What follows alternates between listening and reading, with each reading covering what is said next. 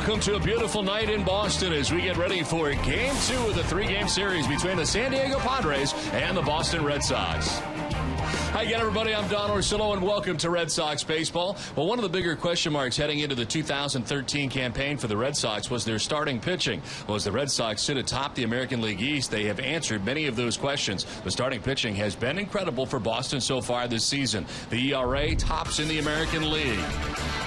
Also tied for the AL lead with 37 wins out of their starters. Sox starters are second in the majors to the Tigers with 457 strikeouts as a staff, and this season have posted 5 double-digit strikeout games, all coming right here at Fenway. Of the top 5 teams in the AL starters ERA, only the Rangers have used more pitchers than Boston. Texas has used 9 this season, while the Red Sox have used 8. We welcome in Jerry Remy, and Jerry, certainly the Red Sox starters have been terrific, and especially during this homestand. They've been great on this homestand. They're 4-0 on this homestand with a 3.35 ERA, and they've got excellent performances from just about everybody in the starting rotation. As we go to the graphic, we see Ryan Dempster and John Lackey each with 2 starts. Lackey is 2-0 on this homestand. Dempster 1-0. John Lester last time out pitched very well till he had to leave with the hip problem. Webster, a lot of ground ball outs in his 6 innings when he pitched, and Dubron got a no decision against Toronto, but in that game went 6 1/3, had 6 strikeouts. So that's exactly what the Red Sox needed at this point, especially with Clay Buchholz on a disabled list, for other guys to step up. And it's not just been a couple of guys, it's been the whole rotation that has stepped up for the Boston Red Sox. Well, the Red Sox very much want to get Clay Buchholz back again. We'll get an update on Clay Buchholz when we come back to Fenway Park.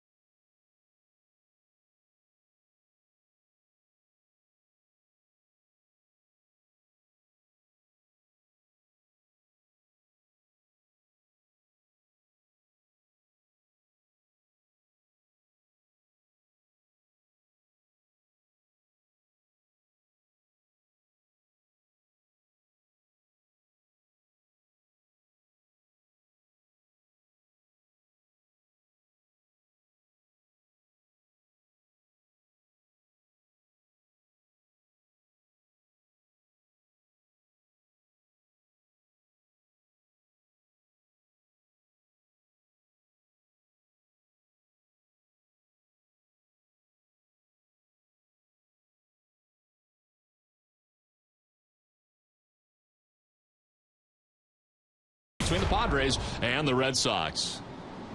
Welcome back inside the broadcast booth, everybody. I'm Don Orsillo. Well, Clay Buchholz, an amazing first half to the season, 9-0 with a 1.71 earned run average, still on the disabled list. He's part of our Geico quote of the day with Jamie Erdahl.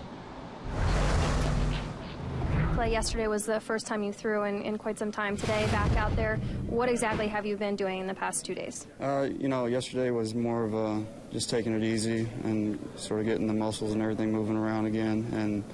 And today was just more intense of the same thing, just basically stretched it out a little bit more, threw just about all my pitches with some good intensity just to see how it felt and how my body would respond, and it felt pretty good today.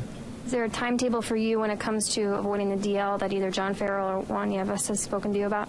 No. I mean, hadn't gone to that. That's sort of what we were doing before we said we were going to stop putting a day on the return. So I think it's going to go on field whenever I feel like I'm ready to get off the mound and then go out for a rehab start, and I think that's how we're going to do it. Your fellow starters have really picked you up as you've been coming back from this. How much does that mean to you to see that they're kind of working hard to buy you some time? Oh, it's awesome, you know. We got a great group of guys, and then it just goes to show you how good they are.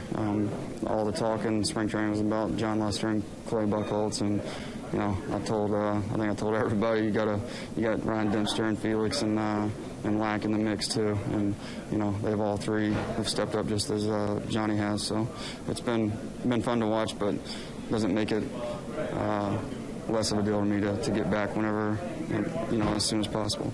Thank you. Good luck with the process. Appreciate it. Thanks. All right, Jamie, thanks very much. John Lester is on the hill tonight for the Red Sox. 8-4 with a 4.61 earned run average. His first career Major League start against the Padres. We're back. First pitch for Fenway right after this.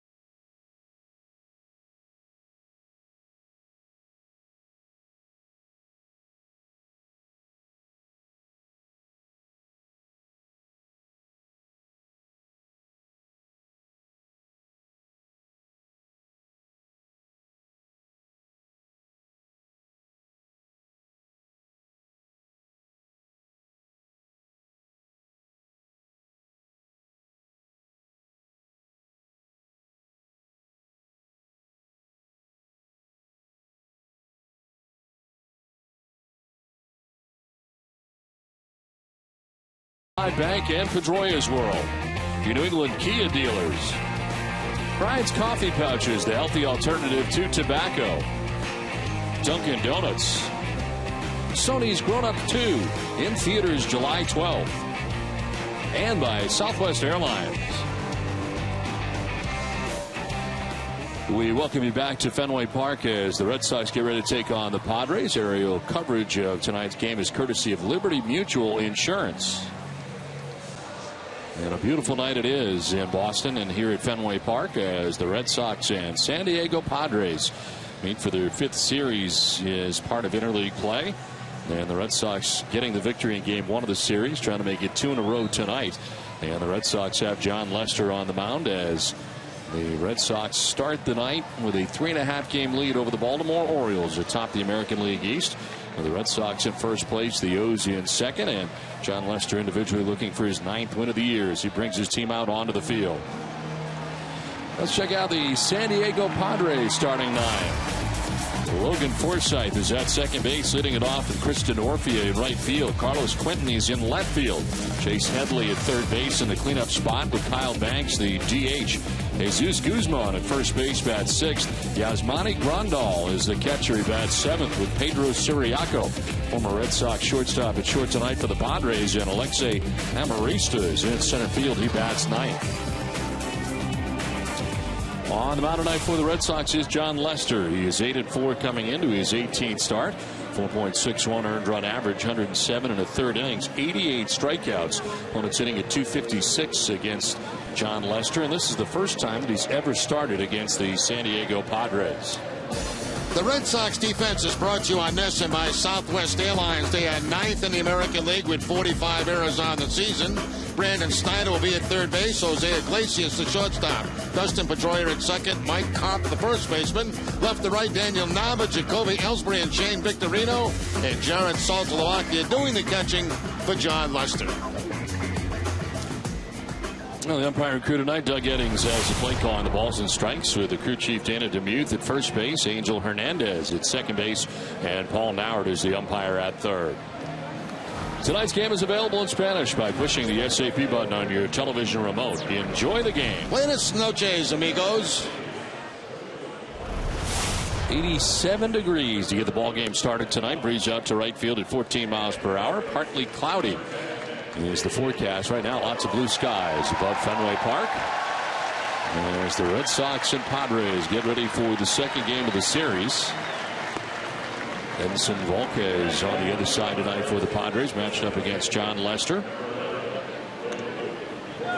Padres are 2.5 games back of the Arizona Diamondbacks in the National League West. As we start tonight's game, Logan Forsythe. That's a .259, 3 homers and 11 runs batted in. Second baseman for the Padres. John Lester last time out, a win against Toronto, 7 innings, giving up 4 runs. There were 95 pitches in that 7-inning effort against the Jays. Ready to go with the first pitch of the ball game. And that is high for ball 1.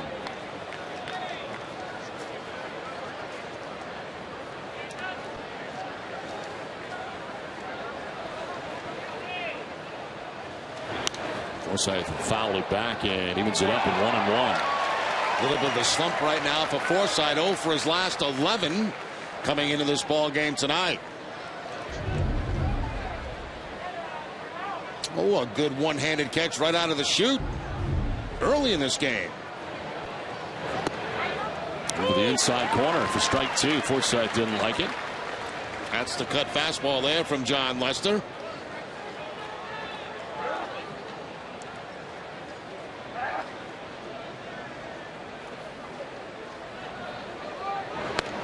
And 2-pitch rides inside, and it's 2-2.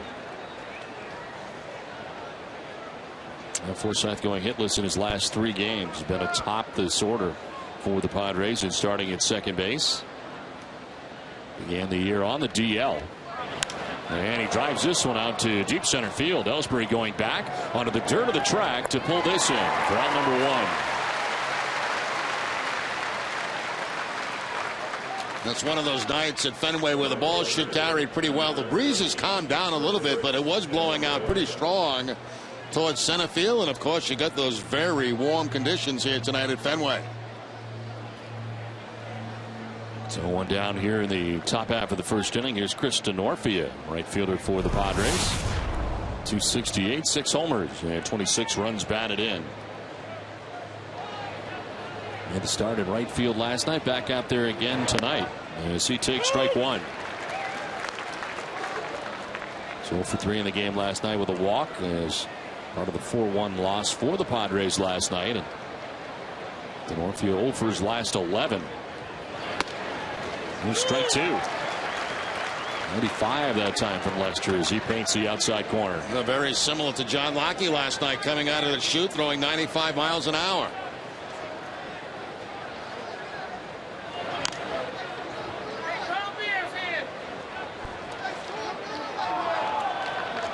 Scoop, scoop, scoop for the home team with delicious Hood Red Sox ice cream. Catch your favorites in the freezer aisle today. Always good, always Hood. 1 down here in the first inning. 0-2 the count to Denorfia.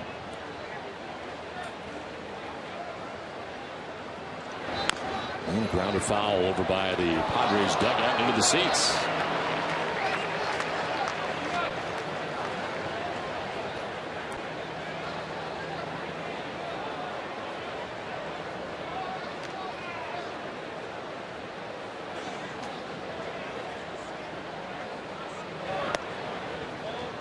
This is for ball 1, 1-2. 18th start of the year for John Lester. Other teams he's not faced before: the Dodgers, the Reds, and of course the Red Sox. This one is fouled off. I mentioned that this is the first time Lester has faced the San Diego Padres.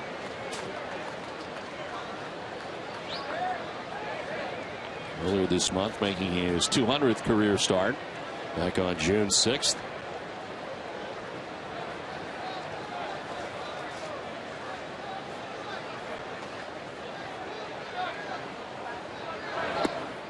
Down and in, 2-2.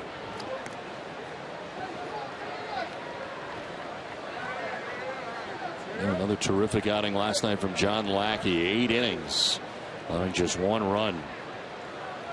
Only ranking 6th in the American League at earned run average at 2.81 with his work last night.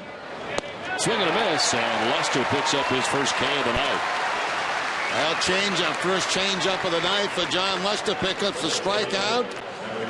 The last whiff was brought to you by Head and Shoulders. And here is the changeup from Lester to pick up his first strikeout of the night. Last time out in that ball game had 5 strikeouts against Toronto in a win. So 2 down here in the first inning. The K men and women out there with their first strikeout of the ball game. Here's Carlos Quentin. He's a DH last night. Gets started left field tonight. And a ball that misses the outside edge. He was a DH last night. Batted third as he does in tonight's game, but starting in left field. 0 for 4 in last night's game against John Lackey. As this one is chopped to third base. Snyder bare hands it, but no play at first base. Someone changed direction on him in a hurry. Nice play by Snyder to come up with it at all, as Quentin will reach it first. Yeah, he had it all lined up to make the play with the glove, but watch this last bounce as it spins to his right. Wow. Fortunate to come up with that baseball, or it might have gone down the line for 2 bases and a man in scoring position. That ball came off the bat with a lot of spin, and that last bounce just completely to the right of Brandon Snyder at third base. It is a base hit for Carlos Quentin, who's at first with 2 down.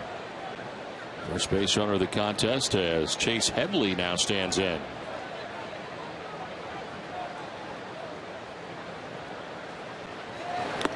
Yeah, swinging a foul tip.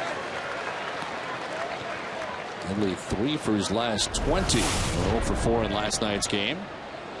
Just a .218 average coming in. 6 homers and 25 runs batted in.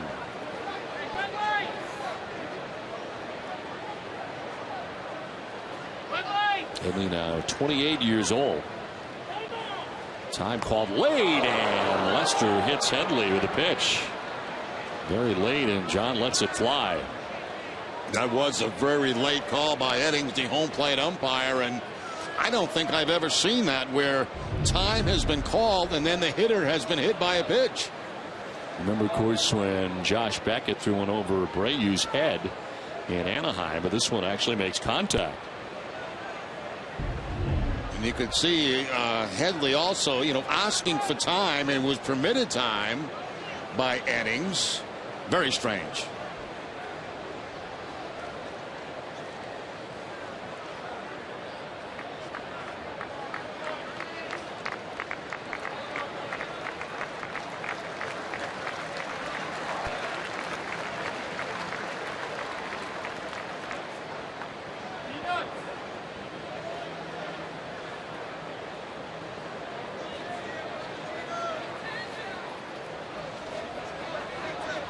The Sox fans turn 2 of your own this season. Pair together 2 great Red Sox games at Fenway Park, including a Yankees game.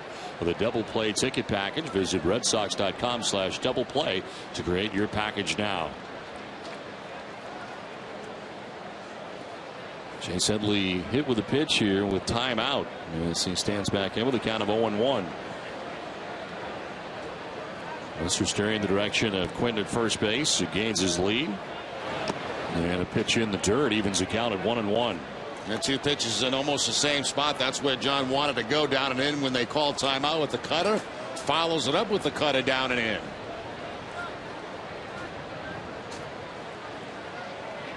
Well, Headley had a terrific year last year. 31 home runs and 115 runs batted in. And a swing and a miss. 1-2. It's been a good pitch so far for Lester in this first inning.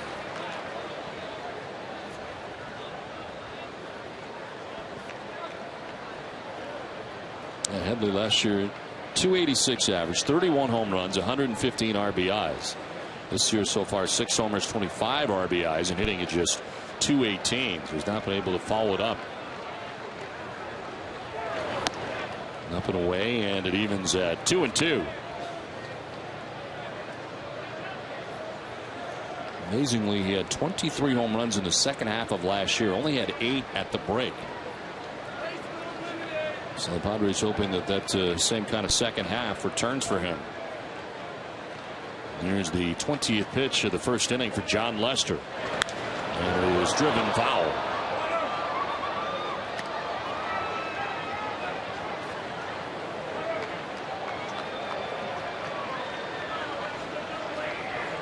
Out of the University of Tennessee. Will Tennessee win the 2005 College World Series?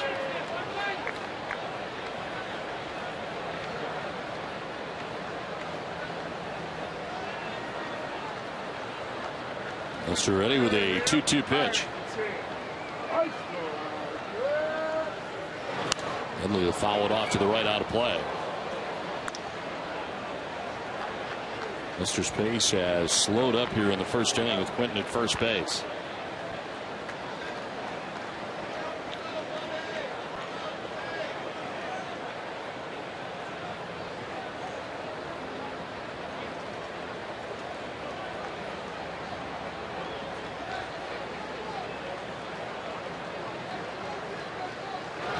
Headley grounds it foul. Will do it again. Still 2-2. Good at bat here by Headley, making John throw a lot of pitches. He's fouled off some cut fastballs. John's throwing the change up, fastballs.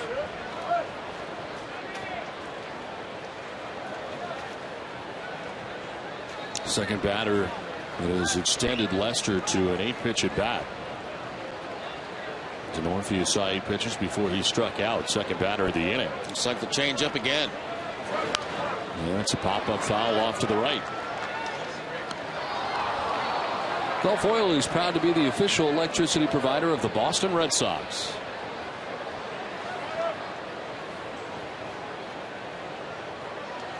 Two down in the first inning. Carlos Quinton at first base and Chase Headley. The battle here, counted 2-2.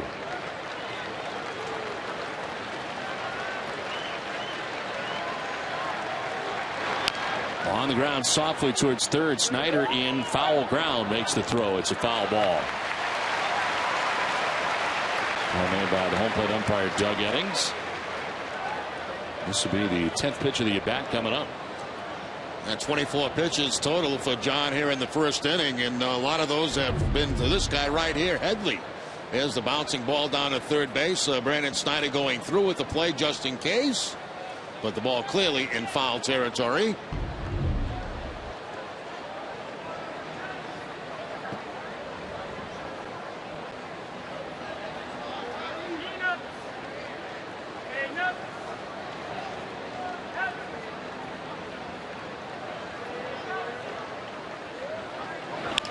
In the air, deep to left. Nava going back, and that's going to be off the wall.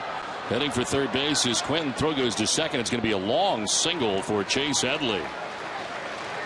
So Quinton takes third. Headley in the lengthy at bat ends up with a single off the wall, and it's first and third. Now that was really a great at bat by Headley. I mean, he fouled off so many pitches, and then he gets the cut fastball and puts it off that left field wall. Very well played by Daniel Nava out in left field.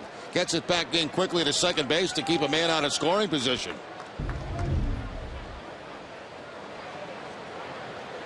So first and third, 2 down, and Kyle Banks coming up. Blanks hitting at .270 on the year. He was originally in the starting lineup in left field. Blanks is the DH in tonight's game. Late switch before the ball game.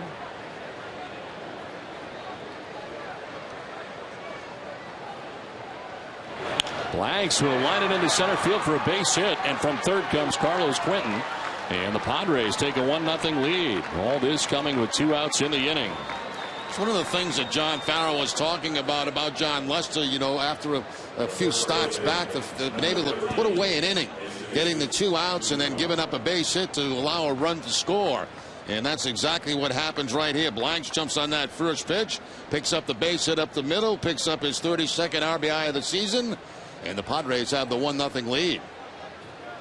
Well, against Lester, batters are hitting with 2 outs in an inning at .358 this season, with runners in scoring position and 2 outs. Jesus Guzman, the batter, hitting at .226, 4 homers and 14 runs batted in.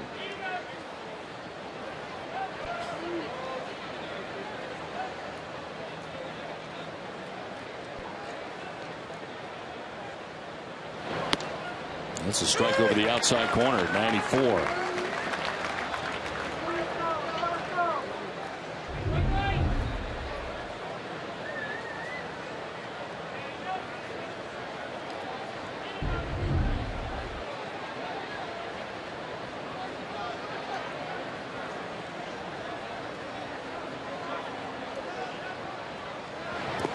In the dirt gathered by Saltalamacchia, and it evens at 1-1. A long, hard first inning here for John Lester as he got Forsythe to fly out to center. Struck out Denorfia. Sets in the infield hit by Quinton.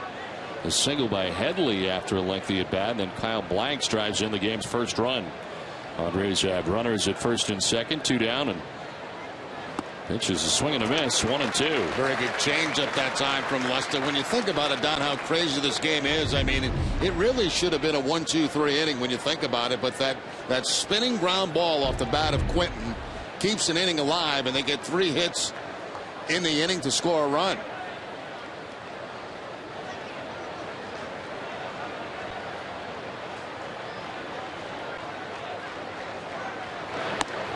Up and away, 2-2.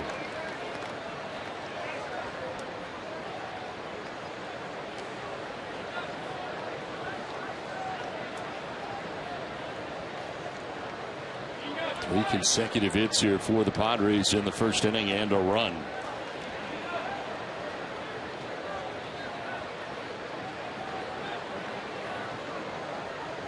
And Lester taking a lot of time in between pitches.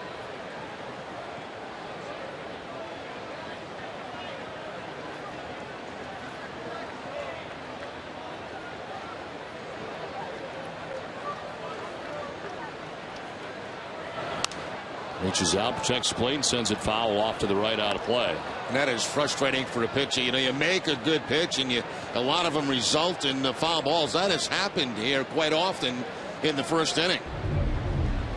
Ball's going to be up and away from Guzman, but he's able to foul it off.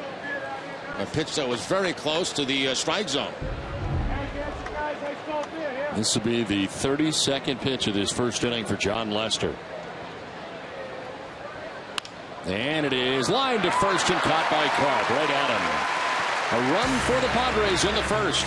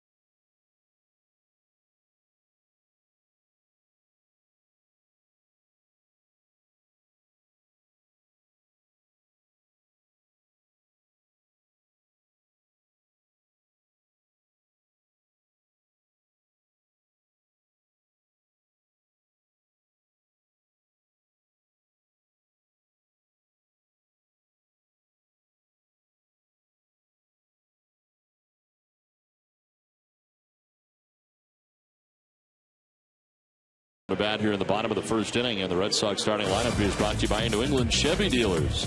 Then leading it off is Jacoby Ellsbury in center field with Shane Victorino in right. Dustin Pedroia at second base with David Ortiz at DH.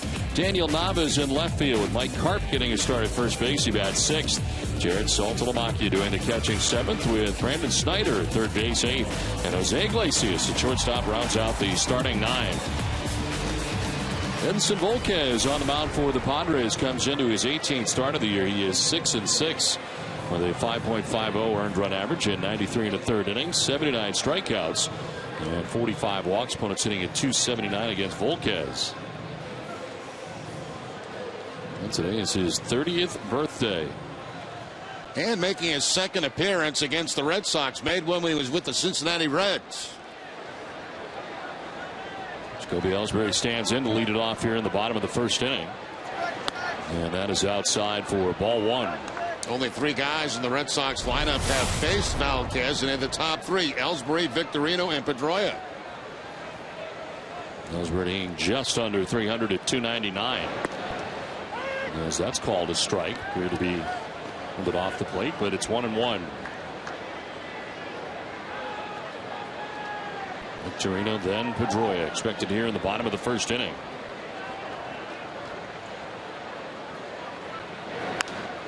And a foul off to the left, 1-2.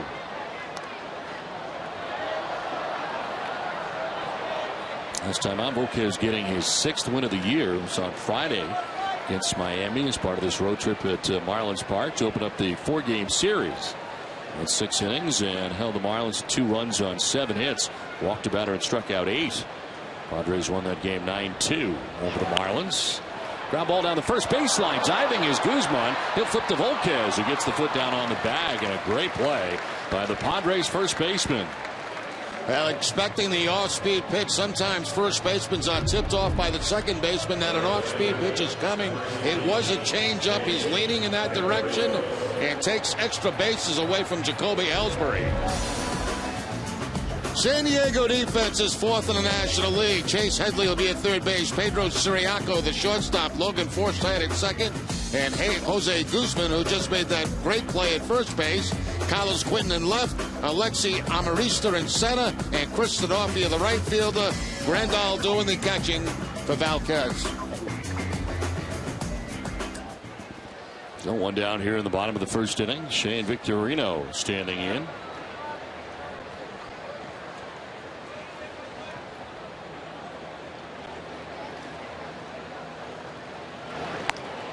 Pitch is high for ball one to Victorino. 266 to start the night for Victorino. I'm sorry, Don. You see that little movement that Volquez has on that fastball he has, moving away from the left-handed hitter. A little bit of a sinking action there. It's from Santo Domingo, the Dominican Republic.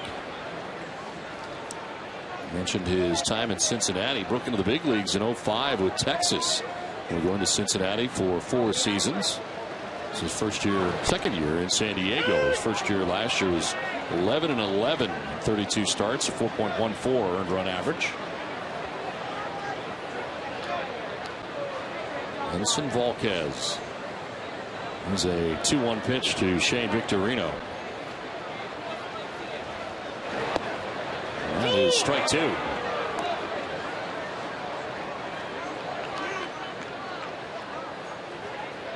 And fastball will be in the mid-90s, a breaking ball and a changeup from Volquez.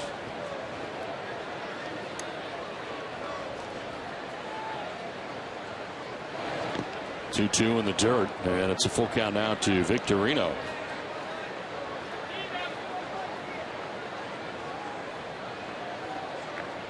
Yeah, last start against the Red Sox for Volquez was back in 2008.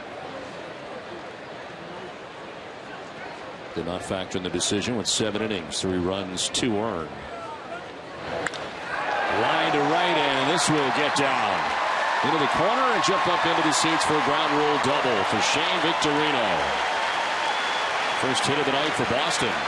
Now Victorino would certainly have had 3 bases had that ball not bounced up into the stands. He gets around on a fastball from Volquez and rifles this ball into right field. I thought it was going to bounce and hit the wall, and that would have meant a triple for Victorino. Instead, it bounces up into the stands and goes as the ground rule double. So runner at second and one out in the inning. Pedroia hitting at .321, 5 home runs, 47 runs batted in.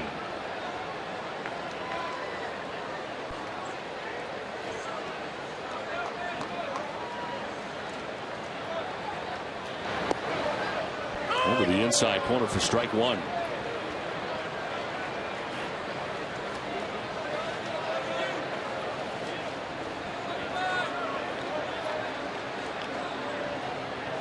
Last night, Pedroia walking 3 times in the game, had a stolen base.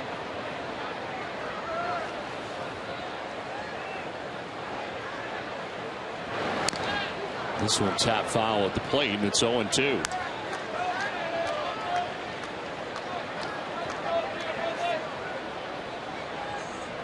Last 8 games for Pedroia, he has really been hot. .483 with a home run and 6 runs batted in.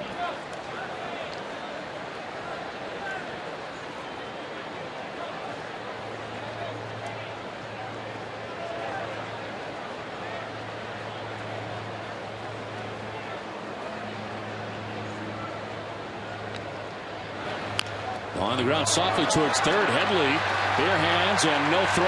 Pedroia will reach on an infield hit as Victorino takes third base. Those are the kind of hits you love to get, because that was a pretty good pitch by Buchholz. I mean, he threw him a breaking ball away, and Pedroia, with that great eye-hand coordination, is able to make contact.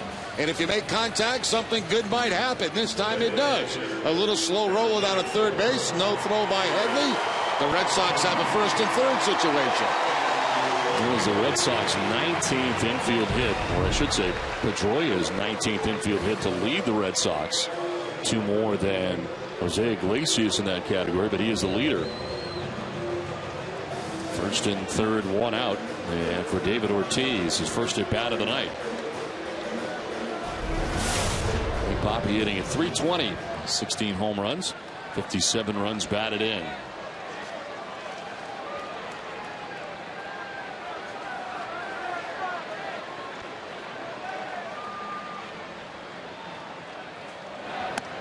Up and away for ball 1. 8-game hitting streak coming into tonight's game at .429 for David. 3 doubles, a home run, 3 RBIs mixed in. That's with Victorino at third base. Pedroia across the diamond at first base. 2-0.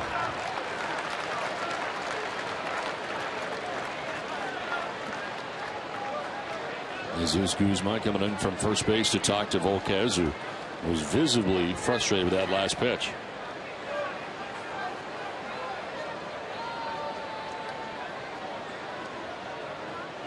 I never used to like to go to the mound and talk to a pitcher, because what do I know about pitching? You know, except that it's tough to hit. What am I going to tell him?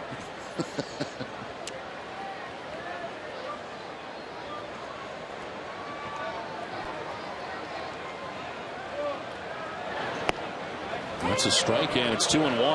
No fastball for Big Papi on the 2-0 count. He gets a changeup, and Ortiz didn't like it. He thought that ball was away. Take a look at the Amica Pit Zone and see what that says. Pretty close, but certainly away a little bit. Conversation continuing here between David and Doug Eddings.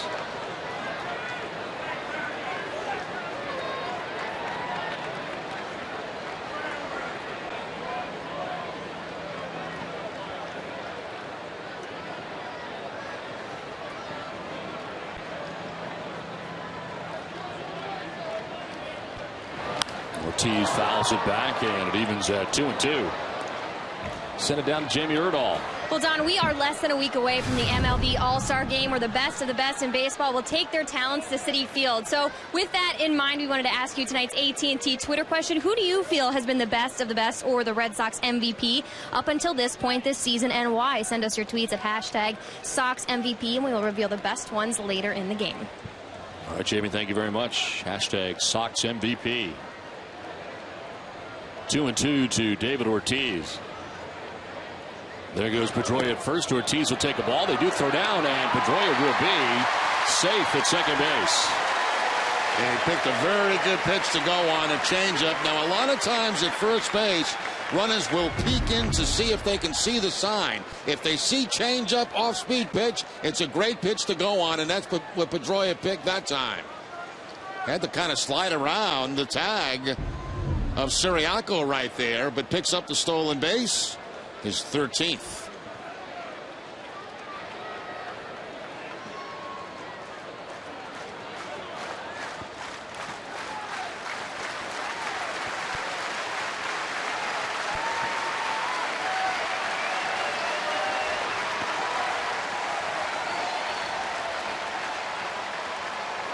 Payoff pitch to David Ortiz.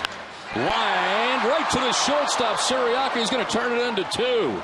He'll tag the bag and end the inning. They were aligned perfectly defensively. It's 1-0 Padres.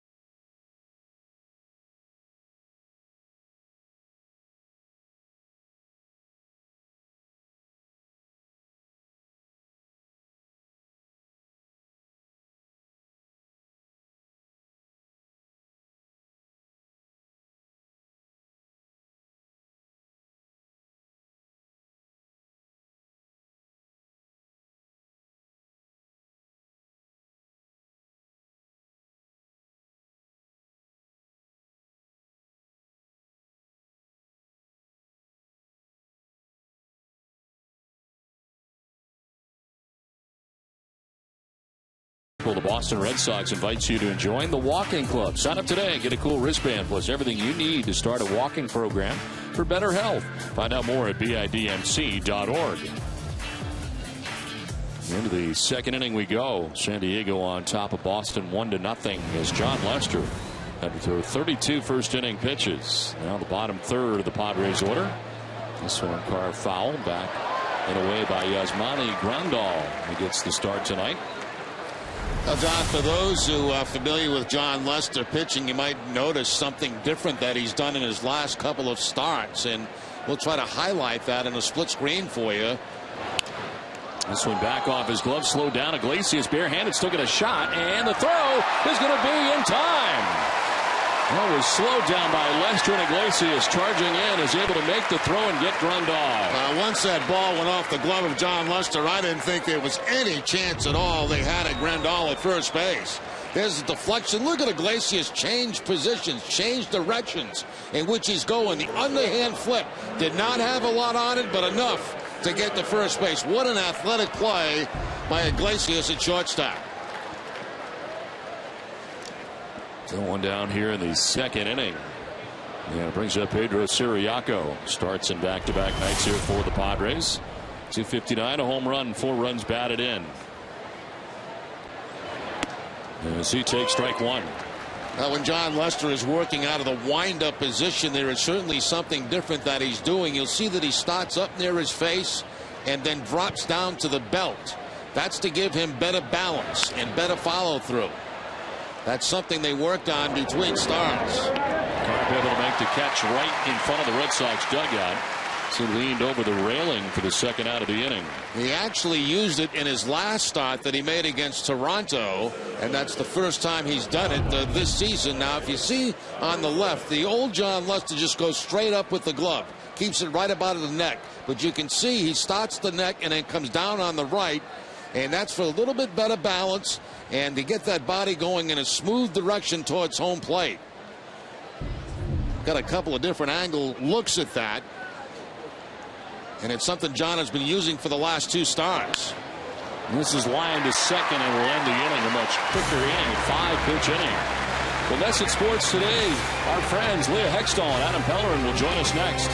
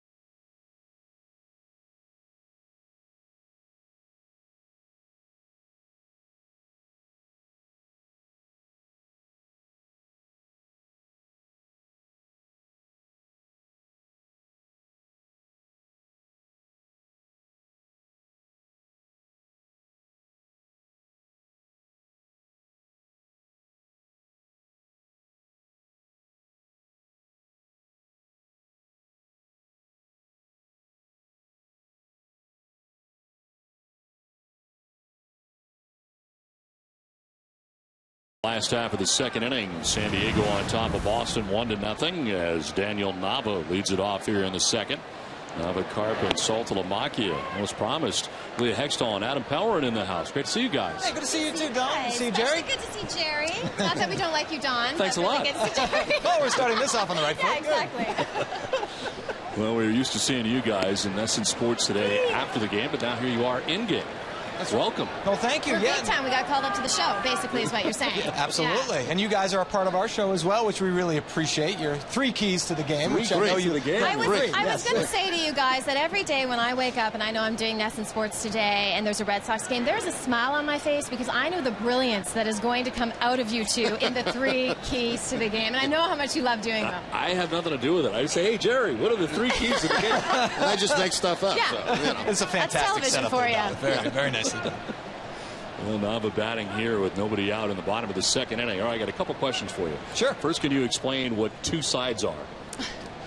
You want to go? No, you go. All right. Well, there's 2 sides right there. There you go. No, it's a debate. Basically, we bring in, lately we've been having Mike Salk of WEI, who joined you in the booth, and Rob Bradford, WEI.com, and basically they debate a topic, whatever the hot topic is. The other day was who should be the first half MVP for the Red Sox. So they each took a side. They have 90 seconds to debate it, and viewers. Base hit by Nava right there, up the middle. Donna, don't mean to take your job, but so. Anyway, as I was saying, it's 2 sides to a debate, and so they have 90 seconds to debate a topic, and the viewers get to text in who they think is doing a better job proving their point. Now, what about you two? Do you get along? I mean, do you debate topics too? No, we haven't done that yet. I thought they just meant do we get along. I was saying, no, I can't stand them. But no, well, I love them. Yeah, but no, we debate a little bit. We get into it every now and then. That's good.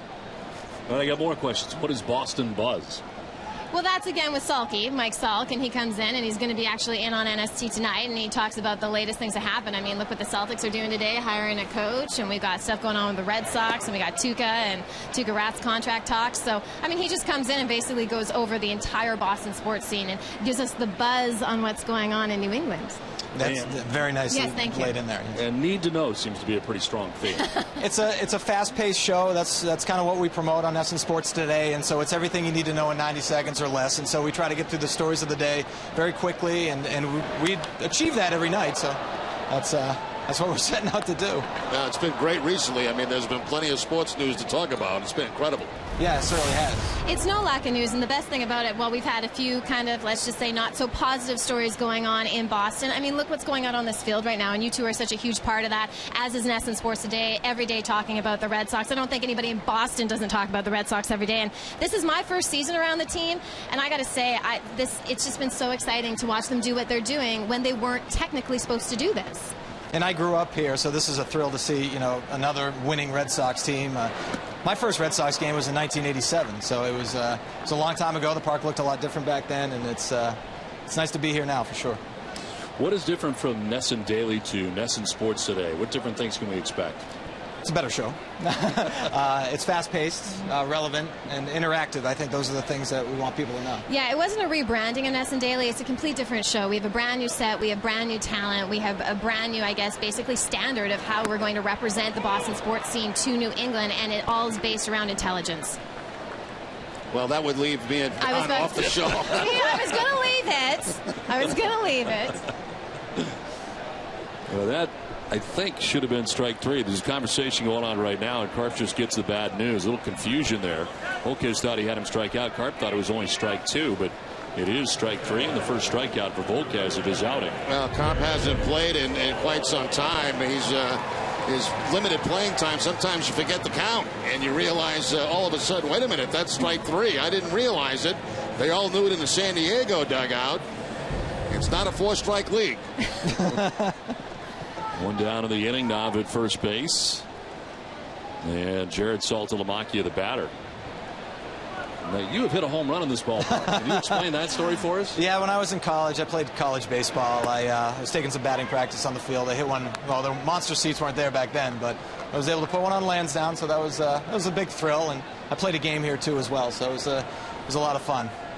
And Leah, you have great hockey ties. Of course, your uncle is? Well, I don't mean to correct you, but my cousin is Ron Hextall. But I don't mean to correct you, because he's really old, so a lot of people, and I'm so young, so a lot of people think he's my uncle. But yeah, I got 3 generations in the National Hockey League and a Hall of Fame grandfather, and I take a lot of pride in that, and I'm imported from Canada, as a lot of people know. As you can probably hear when I say A every second word, as Adam tends to point out to me. I do, let her know. Yeah. You know, Adam has more home runs at Fenway than I do. Oh. Really? Yeah, that's amazing. Never hit one here. Did you, what is it, 7 total, and none came here? None. Wow. None. Really? Adam's got one. Don, I think we got to go down there and try it out, see what we can do. I agree. There's a 1-1 pitch to Saltalamacchia, line foul back into the seats. Well, I've seen your fitness tests down at spring training, and they were impressive. Yeah, well, impressive. It was kind of scary that video got out. Well, it is 1-0 here. Padres on top of the Red Sox. Hanging out with the NESN Sports Today people, and now presented by People's United Bank. Be sure and catch it after the game. And coming up tonight, Boston Herald's Jeff Howe gives us some insight on Aaron Hernandez in that situation.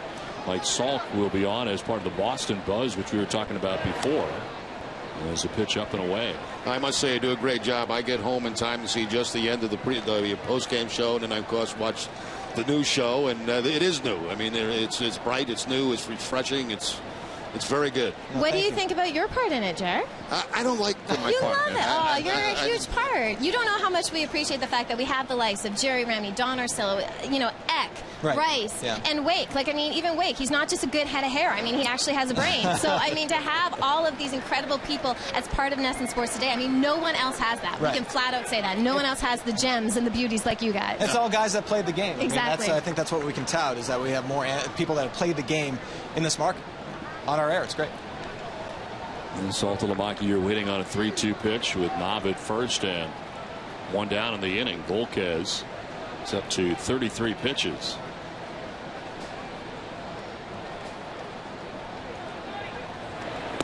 And a swing and a miss. Saltalamacchia strikes out back-to-back case for Volquez. Yeah, that's the changeup right there from Volquez, and a very good one. We're seeing two good changeups in the ball game tonight. John Lester, Volquez, that one down and in for the strikeout. Now, a lot of times that's not they want to leave the changeup to a left-handed hitter, but that time it did work against Saltalamacchia. All right, we know our schedule. What's a day like for you guys, schedule-wise? Well, you know, I sleep till noon. I'm not even kidding, because we usually don't get out of there till, 1 a.m. And when the Sox are about to go on this West Coast swing, we're not going to be getting out of there till real late, as you guys know. But, I mean, for us, we come in and we sit down, we figure out what's going on in the sports scene, and we put a show together, and we're there, and, it's kind of just like clockwork. And things change periodically, obviously. As news happens, we put it into the show, and so, there are a series of meetings throughout the day, and it's a lot of fun, though. At the end of the day, it's sports. Sports is supposed to be fun, and we have a lot of fun doing our jobs. Yeah, we work in a toy store. Let's put it that way. Absolutely. Is your biggest fear if a teleprompter doesn't work? I mean, that would scare me to death. We're very intelligent, so we don't really need a teleprompter because we're that good at what we do. Oh, okay. Well, there you go. No. But actually we don't. Most of the time we have, paper scripts. Yeah, we just do. Like, we have absolutely. You have paper in front of you. It's very right. important as a broadcaster. I think you two should come in and do NESN Sports Today one night and do like a whole show. Open invitation. Come on. We'll switch roles for a night. Jerry? Little Freaky Friday action. I don't think No? so, No? No, I don't think so. I have enough trouble doing this. Well, you have to check them out tonight. Leah Hextall, Adam Pellmer along with us here tonight as NESN Sports Today. How long now has it been the new show? About a week? Maybe more than that. June 11th was our launch date. Yes, Yeah. it's a very special day. Time flies when you're having fun. Yeah, It's gone by so quickly, it I can't really believe has. And tomorrow's the 4th. Yes. So that's exciting. There is strike 3 in the end of the inning. We look forward to seeing you guys after the game. Thanks for coming up. Don, Jerry, thanks for having us. Thanks for coming up. Thank you. All right. Appreciate it. I'm not shaking hands. Oh, do you want to shake my hand?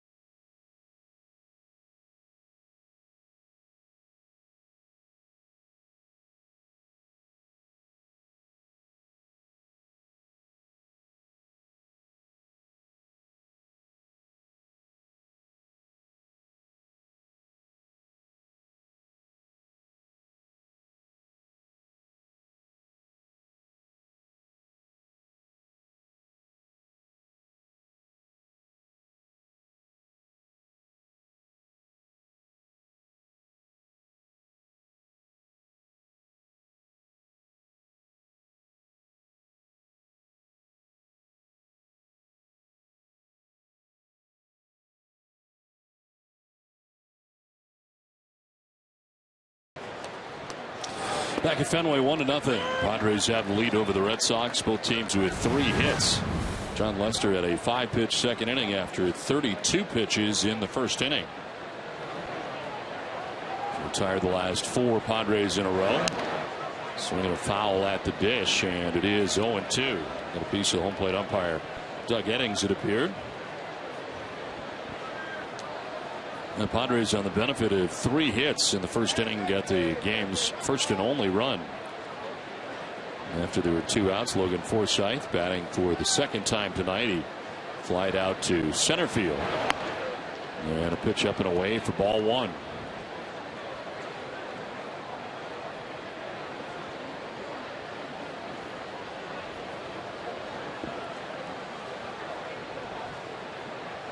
There's a 1-2 pitch. And that's going to miss inside. 2-2 to Forsythe.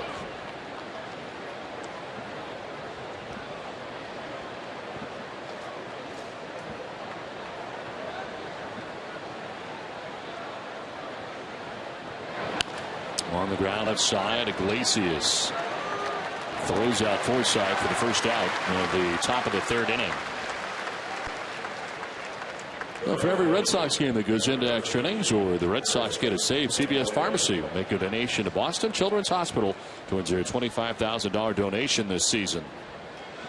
You know, Don, we started to talk last inning about the slight adjustment that John made in his delivery from the windup, and it's amazing, you know, how much players do change things through the course of a season, and it could be the smallest of things.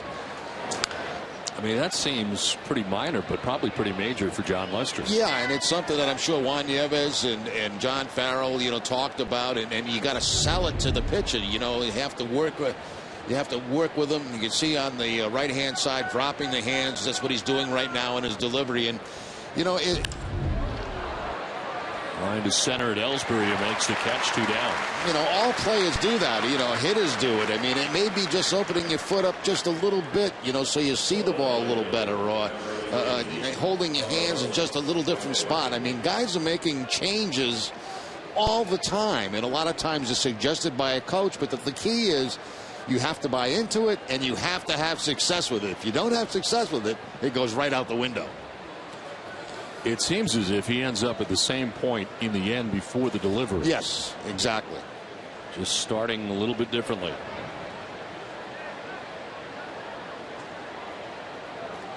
Carlos Quentin with a swing and a miss. And Quentin reaching on an infield hit, got it all started for the Padres. He was able to reach, and Headley and Blanks would follow with singles. Blanks with an RBI single, pick up his 32nd RBI of the year. And a swing and a miss, 0-2. Another good change up there from Lester, keeping it away from Quentin. Quentin came into the game 0 for 11 against John, but had that little dribbler that got things started back in the first inning for a hit.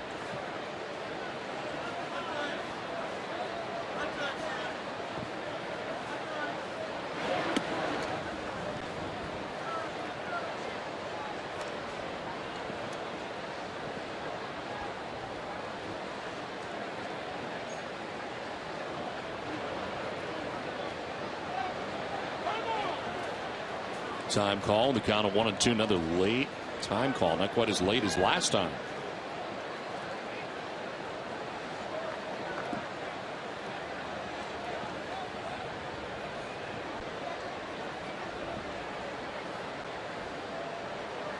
A 1-2 pitch. In the air to left center field, and this is going to get down. He kind of hooked it into the gap area. Ellsbury runs it down. Quentin is trying for 2. Throw to second base will be not in time. A double for Carlos Quentin with 2 outs, and he is 2 for 2 in the game. And that's good hustle by Carlos Quentin, because Ellsbury gets to that ball very quickly in the gap in left center field. But Quentin is going to try to get in the scoring position with 2 outs. That's when you try it, with 2 outs. And Quentin right out of the batter's box running hard. Ellsbury gets to it before it gets to the wall, spins, throws, but not in time at second base. That's amazing. The numbers last night for Quentin against John Lackey. He was 8 for 13 coming into that game last night, went 0 for 4. Tonight he comes up against Lester, who's 0 for 11 against, and so far now 2 for 2. So you just never know, as he has a single and now a double. And 2 outs in the inning for Chase Headley, single to left field in the first inning. And a ground ball to third base. Snyder on the back end pulls himself up and fires to first, to one hopper. He gets here in plenty of time as Carp's able to make the grab. 1-0 Padres after 2.5.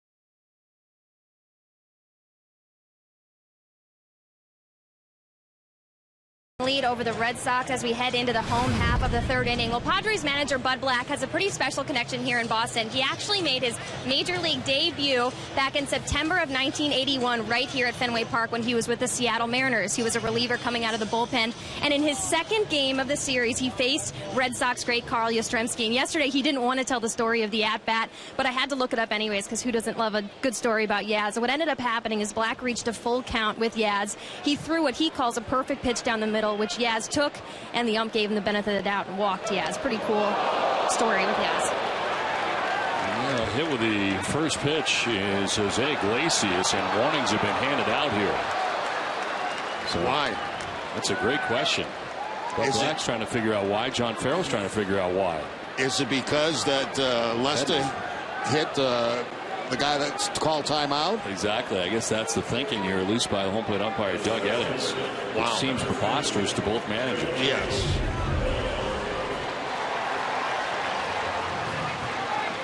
And I think if you were trying to hit somebody, the last guy you'd want to hit is the number 9 hitter in the lineup, leading off an inning.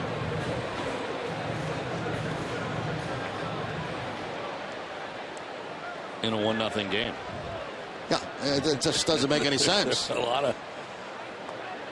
That was the pitch that Headley was hit with after he had called timeout.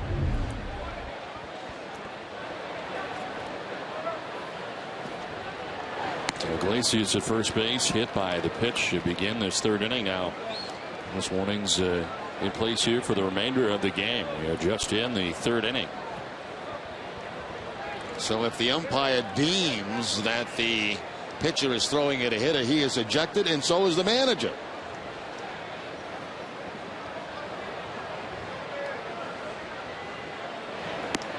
And a pitch outside, 2-0. Ellsbury grounded out in the first inning. That's interesting. You had the pitcher asking why. You had both managers out asking why.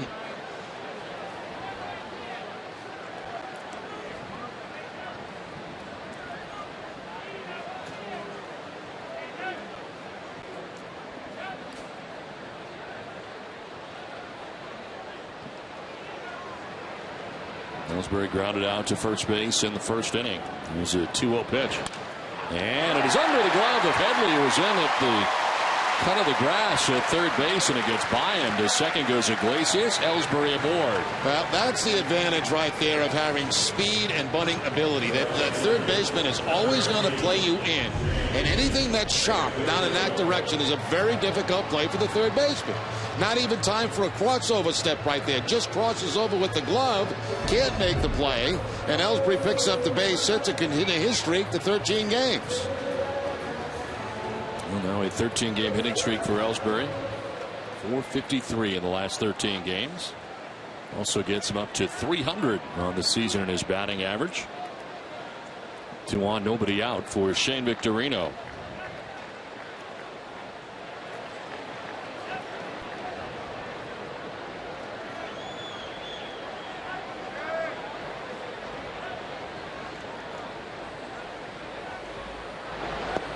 That's in there for strike one. Jacoby Ellsbury is the player we recognize tonight for going the Firestone complete extra mile. Ellsbury currently has the best single season stolen base percentage of his major league career, stealing bases at 92% success rate. Effort is recognized by Firestone, who knows what it's like to help drivers go the extra mile, or in this case, the extra base. 1-1 the count here to Shane Victorino with 2 on, nobody out.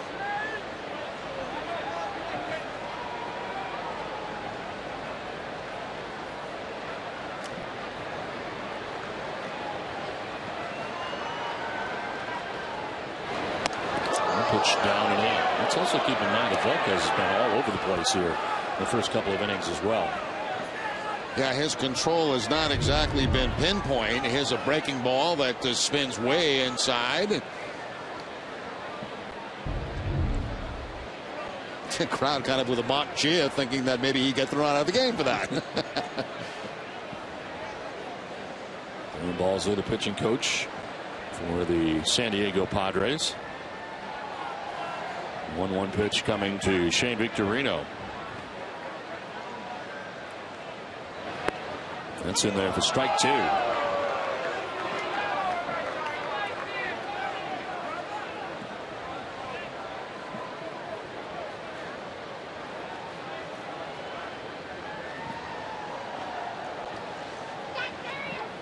Lacey is at second base. Ellsbury at first base. Nobody out here in the third inning.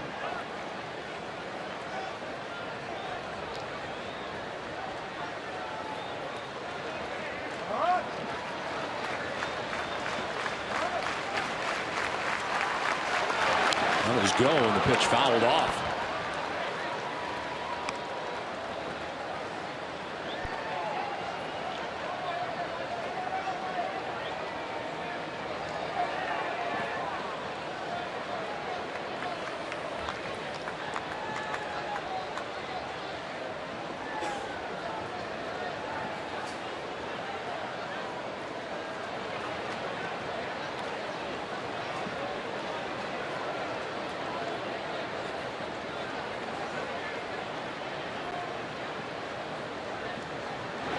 And Victorino back to the mound. Volquez will go to first base. Only play he ends up having after that. Took a look around. It took a long time to do all that. Was not hit terribly hard. It does give Victorino at first, but kind of like a sacrifice in some ways, because Iglesias is to third, Ellsbury to second. Yeah, I think he turned around and saw the speed of Ellsbury, decided to go to first base. To see him look to third, look to second, and then a wide open stance as he throws to first to get the out. So he looked at three different bases and decided to take the sure route at first base. But the Red Sox get two men in scoring position. Now Dustin Pedroia coming up here. He had the infield hit in the first inning. Also stole a base. And batting here with the Red Sox trailing 1-0. Ball one outside.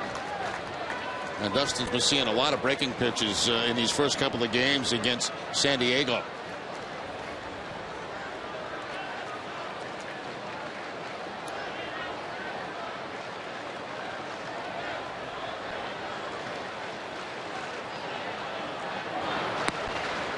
Outside, ball two. There's another one, back-to-back breaking balls, and all of a sudden Pedroia ahead in the count now, 2-0.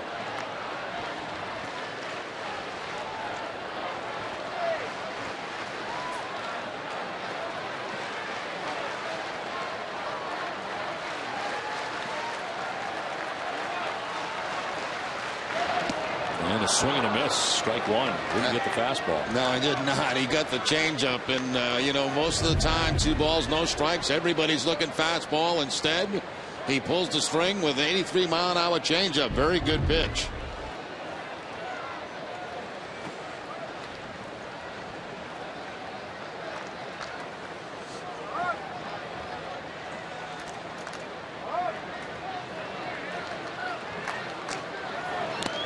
Swing and a foul tip, 2-2. Still hasn't seen a fastball. Back-to-back changeups, so 2 breaking balls, 2 changeups.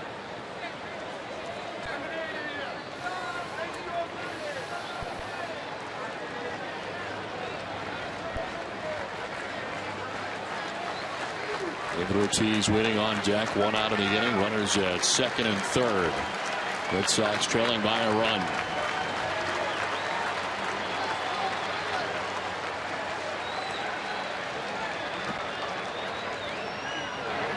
And Pedroia strikes out looking. Finally gets the fastball, and it's at 97 miles an hour. Seemed to freeze him. 2 down. Now that's great pitching right there from Volquez. I mean, he goes slider, changeup, then fastball to the outside part of the plate for the strike. The Pitch Zone on NESN is brought to you by Amica Insurance. Great service, great coverage, and a great price for auto, home, or life insurance. Well, tonight's aerial coverage is provided by Liberty Mutual Insurance, proud sponsor of the Boston Pops Fireworks Spectacular. And some great shots at Fenway Park tonight, and high above Boston with 2 outs here in the third inning. Runners at second and third. David Ortiz coming up. David hit the ball sharply in the first inning, lining out to the shortstop Pedro Siriaco, who would then tag second, turned it into an inning-ending double play in the first as the Red Sox were threatening. They're going to put David on with first base open. Not going to deal with Ortiz here. Not the way he's swinging the bat right now. I mean, he has been on everything for the last 3 or 4 days. And they are playing the percentages here with the 2 outs. take their chances with Daniel Nava.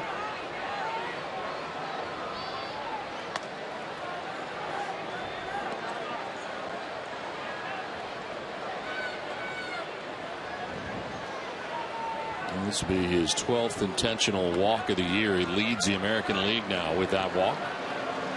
And this year, the Red Sox have celebrated the 60th anniversary of their partnership with the Jimmy Fund. We salute sponsors like H.B. Hood, who helped to make the Jimmy Fund a major beneficiary of the Red Sox Foundation.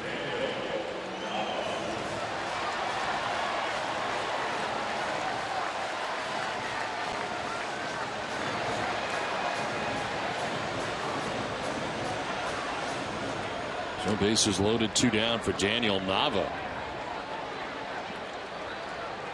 Nava singled to center field in the second inning. He's got one of the 4 Red Sox hits on the night.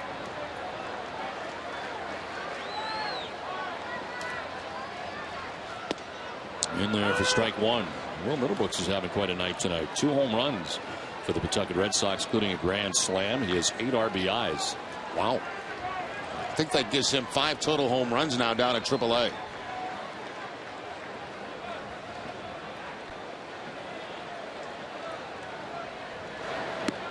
Nava takes strike 2. He didn't like it as he spins out of the box. Pretty good pitch, it appeared. Yeah, it did. A breaking ball again. That's back-to-back breaking pitches. Not a lot of fastballs in the situation with men in scoring position for these Red Sox hitters. Just that one to Dustin Pedroia after 4 off-speed pitches.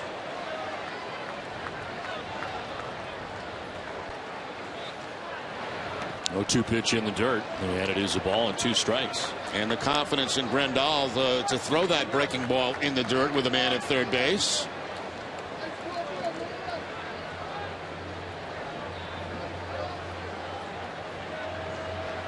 There's the right guy up in this spot right now, hitting at 326. He's got Iglesias at third, Ellsbury at second, Ortiz at first, 2 down.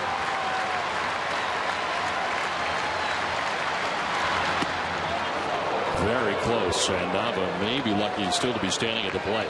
Yeah, that was really close. It looked like it did have a part of the strike zone. Bud Block doesn't like the call.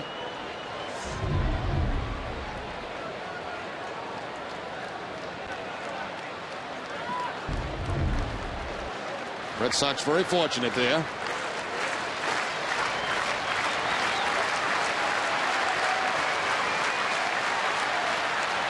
And Nava backs out. Buchholz is hard to work hard in this inning. And Carp waiting on deck.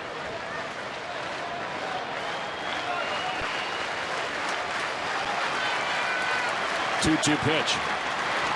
On the ground up the middle, Suriaco ranges and will throw to first for the out. Tough throw, but it's dug out by Guzman, and the inning. Red Sox leave them loaded and trail 1-0.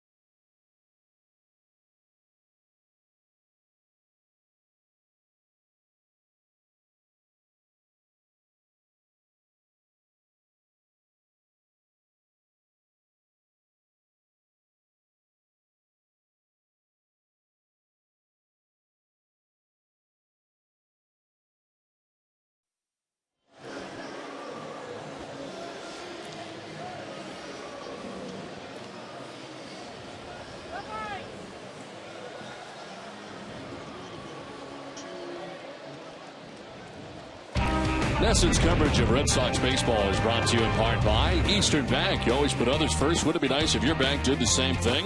With products that make life easier and a commitment to helping those in need. Here, your first Eastern Bank. Top half of the fourth inning back at Fenway Park. Red Sox trailing 1-0 to the San Diego Padres. Kyle Blanks leading it off here for San Diego. And he'll foul this one off to the right, not a play.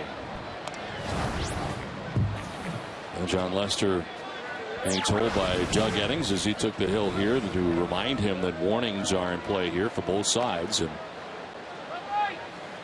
there's an 0-1 to center field. Ellsbury back a step or two is there, and he makes the catch for the first out of the fourth inning. Well, next week is concert week here at Fenway Park on Tuesday, July 9th. Sir Paul McCartney returns to Fenway to sing all his classics. And on July 12th and 13th, Jason Aldean makes his Fenway debut. Additional premium seats are now available, so go to www.livenation.com now for tickets to these exciting shows. Have you seen Jason Aldean before? On TV. Not in person. You've seen Sir Paul McCartney before. Yes, I have, right here at Fenway Park. Yes. One out in the fourth inning. Jesus Guzman, the batter, he lined out to first base his first time up. This is ripped foul down the left field line, out of play.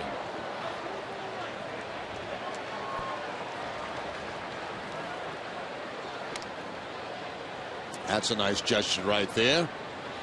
Giving it to the young fan. Oh, he wants to give it back. No, you can have it. It's yours. Thank you. He gave it to me.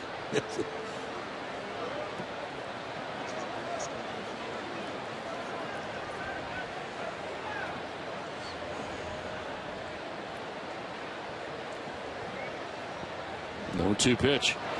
He's going to miss outside. 1-2.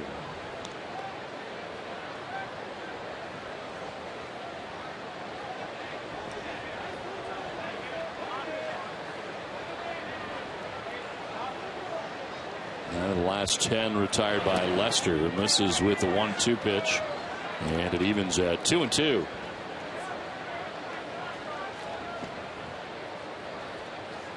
Baltimore and Chicago tied up tonight 1-1. Orioles playing the White Sox are in the fourth inning. Red Sox starting the night with a 3.5 game lead over the Baltimore Orioles. Trying to get a little separation atop the American League East, and of course a big road trip coming up for the Red Sox. Last American League East team to head west is John Farrell's squad.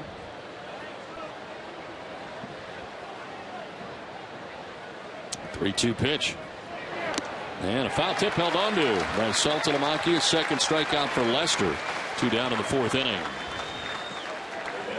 I want to remind you to vote for the Amica Pitcher of the Week at NESN.com/Amica and enter to win a $100 gift card from NESN to the Yawkey Way team store. John Lester could be your vote. Well, the changeup has been a friend for John Lester tonight. It's been a very good one, even though that was elevated a little bit. It was off speed enough to throw off the timing. Grandal sends one to deep left center field, and this is going to grab some wall.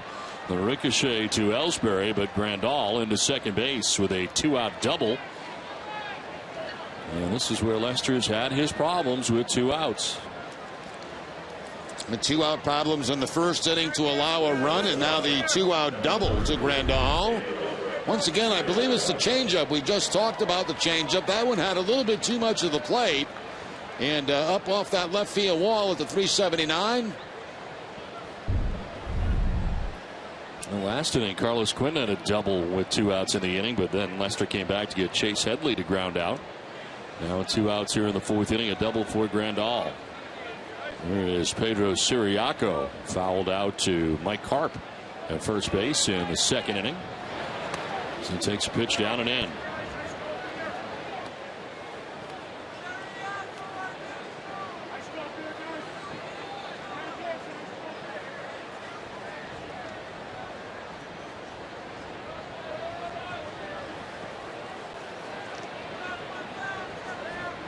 _60th pitch of the night for John Lester. a swing and a miss. And a ball and a strike. There's the changeup again, and that time down and away from Siriaco. Red Sox certainly know that Siriaco's a very good fastball hitter.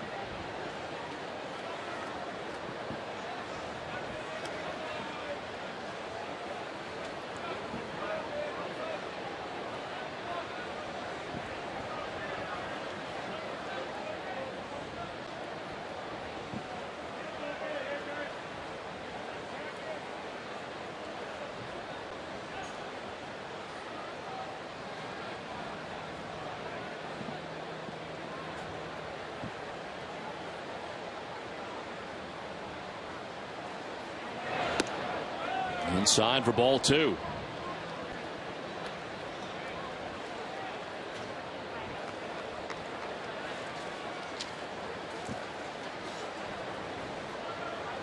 Masters won back-to-back outings heading into tonight's game at Detroit and at home against Toronto. Trails 1-0 tonight. On the ground, foul, and it's 2-2.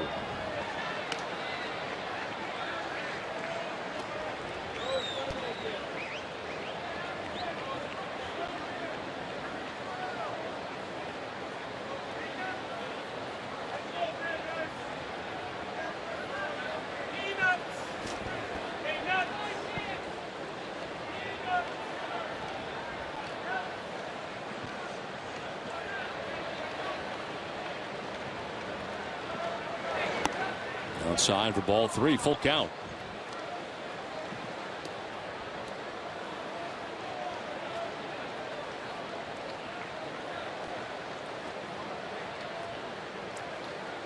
A lot of injuries on the Padres right now, and at the moment Siriaco having a chance to play on a regular basis.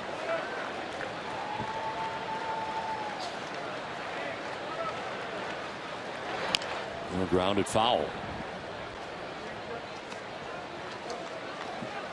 Right now, Ace Ticket has special savings on all Red Sox games. Visit Ace Ticket for great seats at the lowest prices, either for a game or for all the summer's hottest concerts. Visit Ace Ticket or call 1-800-MY-SEATS.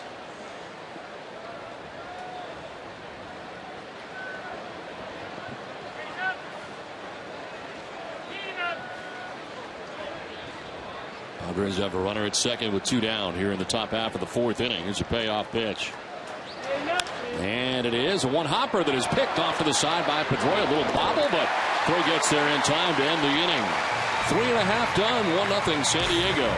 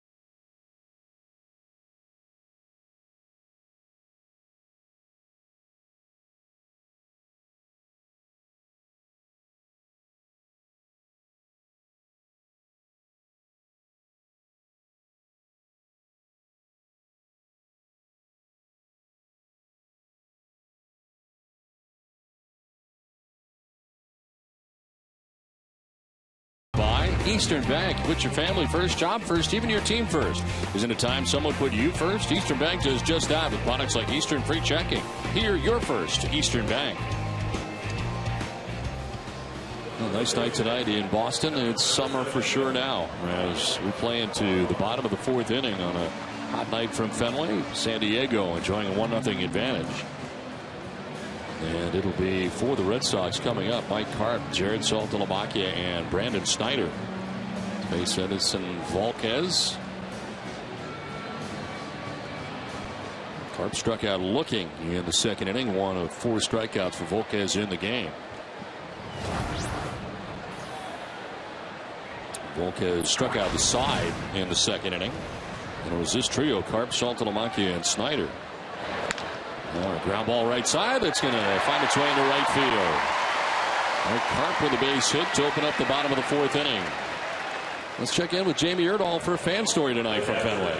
Well, Don, I'm out here learning Fenway Park history from a guy that's been coming to Fenway since the mid-50s, Robert Masters. He's got a pretty cool story as to why he started coming to Fenway and why he's here today. But first, Robert, why did you start coming to Fenway and watching the Red Sox in the mid-50s? Well, I arrived in this country when I was 7. And my mom was a medical missionary in Africa, and she came to this country and said, gee, I need to get my 3 boys somehow involved in something American, because she was English. And so she started taking us to ball games starting about 1955.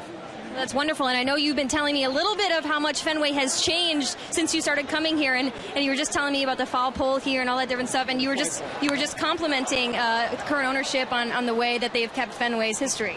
Absolutely. Fenway Park feels the same as it always did. In fact, it's important to walk in kind of on the first base side, so when you walk in you can see the green monster right away. That's really nice. And I know you're trying to continue your Red Sox fandom with the next generation in your family. You have some special guests here tonight as well. Yes, I do. Over here, my grandsons, Luke and John, and they're from Idaho. Their dad's a lieutenant colonel in the Air Force, and he's stationed in Afghanistan right now, and they're visiting us. And so he came to the game, and they're scoring it for me right now. I know. I'm keeping you from your book, which you have been keeping since the mid-50s. He has scorecards from all the way back until then when Ted Williams was playing, so I will let you get back to your book. Robert, such a cool story that you are here tonight at Fenway. And if you have a unique story as to why you're coming to a Red Sox game, visit NESN.com/stories, and you could be interviewed at a future home game. All right, Jamie, thank you very much. This is in the air to left field. Struck well off the bat of Saltalamacchia at the wall. It's going to be off the wall. Well read by Mike Karp, who's coming all the way around to tie the score at 1.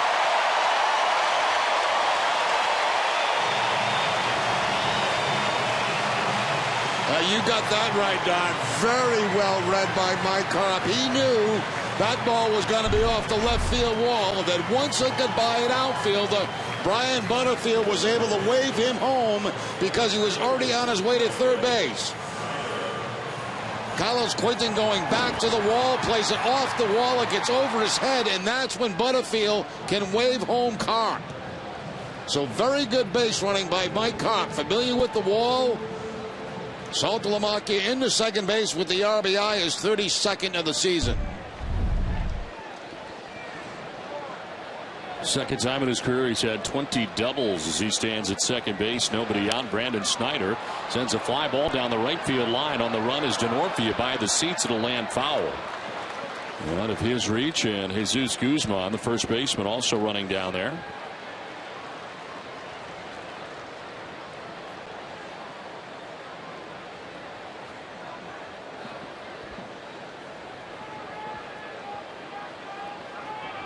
Now 20 doubles now for Saltalamacchia. His career high is 23.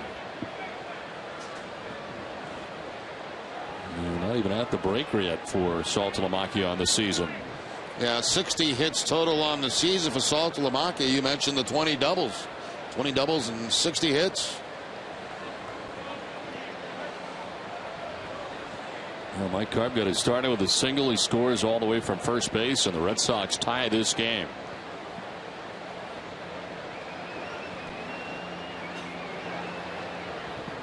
One to Brandon Snyder.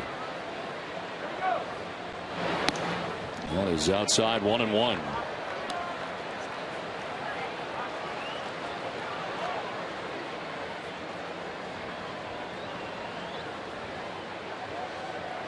Red Sox now 6 hits in the game. Two have come in the bottom of the fourth inning.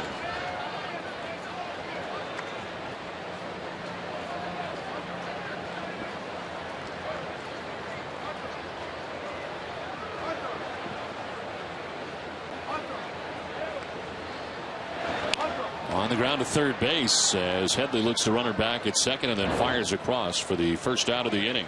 And we talked about Mike Cobb knowing that left field wall and being able to score on that double. He'll see him off at first base, and then there's contact. And he knows that ball's deep enough to go off the wall, so he just continues to round second base. And once it gets over Quinton's head, that's when Butterfield waves him in for the run. No hesitation at all from first base on.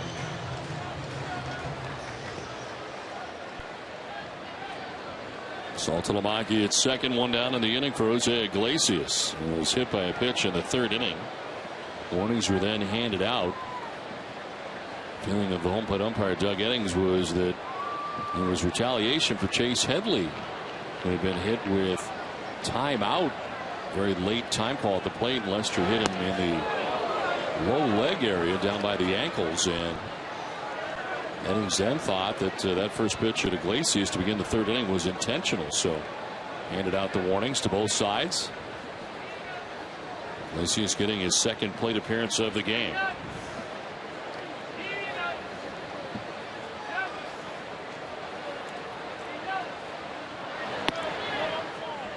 Two and 0. Lopez wanted that. Just shaking his head on the mound. He thought he had the outside corner, and so did I.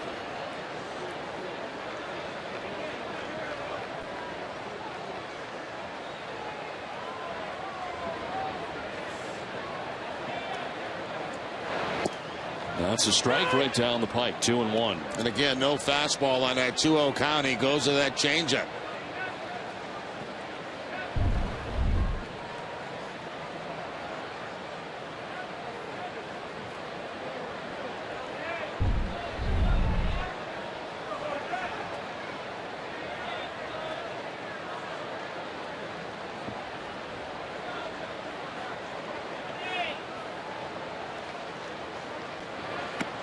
Half-hearted swing on a tough pitch. 2-2.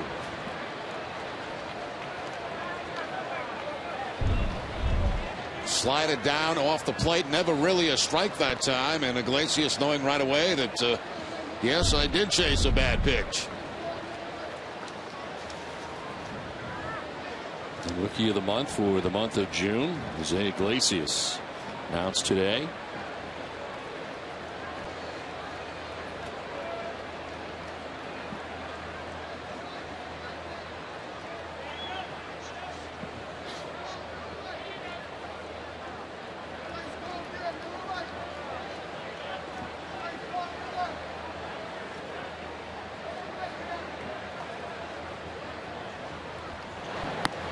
Outside for ball 3, full count.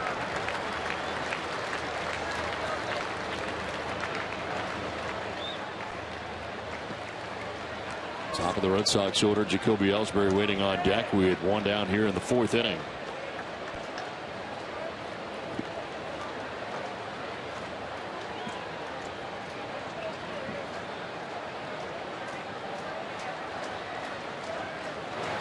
On the ground to shortstop. Siriaco to the backhand. The throw is in time to get Iglesias. Just got it. Close play at first as it turned out. No advance for Saltalamacchia now with 2 down. I want to remind you to stay with NESN after the game for WB Mason Extra Innings Live. TC and Hall of Famer Dennis Eckersley will break down the highlights. Jamie will take us into the clubhouse for player reaction. WB Mason Extra Innings Live. You can't go wrong when you buy right. WB Mason. 2 outs here in the fourth inning. Jared Saltalamacchia is at second base with nobody out. Still there now with 2 down in the inning. And here is Jacoby Ellsbury, who is 1 for 2 in the game tonight.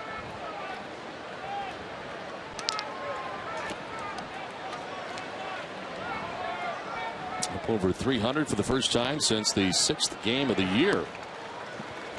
As this pitch will miss for ball 1. Tonight has grounded out to first and single coming in the third inning. And for Jacoby, he was An extension of his hitting streak now to 13 games.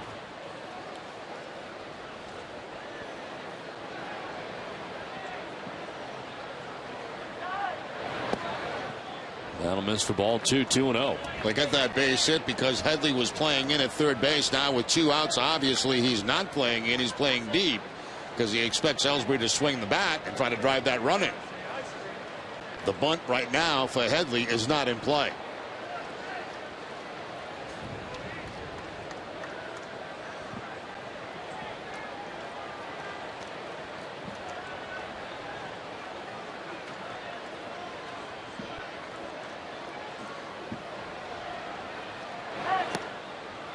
Outside for ball 3. Roque is upset with himself there. 3-0.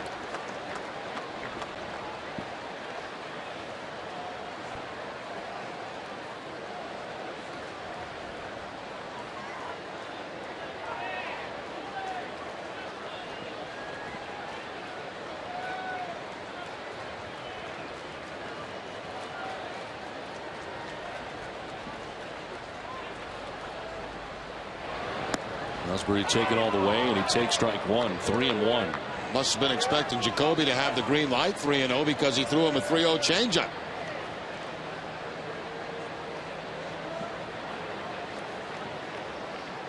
Shane Victorino waiting on deck. We have 2 outs here in the 4th inning. Red Sox have tied the game here in the 4th.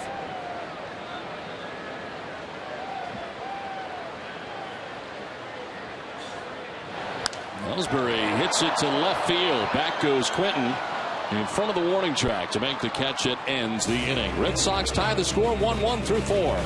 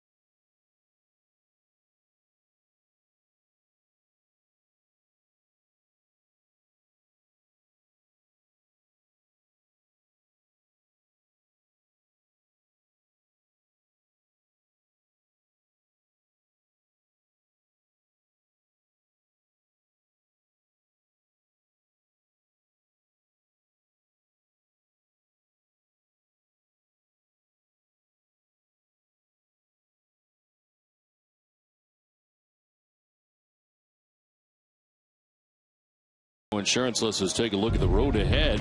Here's a look at the upcoming schedule for the Red Sox. They got one more game against the Padres here tomorrow afternoon. We'll play day baseball. Then it's to the West Coast. The Angels, Mariners, and Oakland A's right into the All-Star break. And the Red Sox will start the unofficial second half of the season against New York. Tomorrow's a great day, isn't it, Don? I mean, the 4th of July, get to do a game here at Fenway Park, then travel cross-country. And go out to see Anaheim and play the Angels. We have the chance to watch fireworks from one coast to the other. 6 hours worth. 6 hours worth of fireworks. Alexei Amarista leading it off here for the Padres in the 5th. Takes strike 1. I think what we'll try to do tomorrow, you and I, is get our homework done for the Angels series before it gets dark. Once it gets dark, then we just watch the fireworks the rest of the way. Chopper to second base. Pedroia backing up on it. Throws Amarista out for the first out of the 5th. Well, I got a chance. I'd like to send birthday wishes out to Ava Cafasso, celebrating her 9th. She's watching from Dartmouth, Massachusetts tonight. So happy birthday, Ava. What's amazing, this will be the first Red Sox road trip to the West Coast this season. We have 3 of them. 3 of them all together. Yeah. Because of the National League West. Red Sox also played the San Francisco Giants this year and go back to Dodger Stadium for the first time in a while. At San Francisco, it's a beautiful ballpark. And then the end of the year, we go out to Colorado for a very quick stop there. Yes.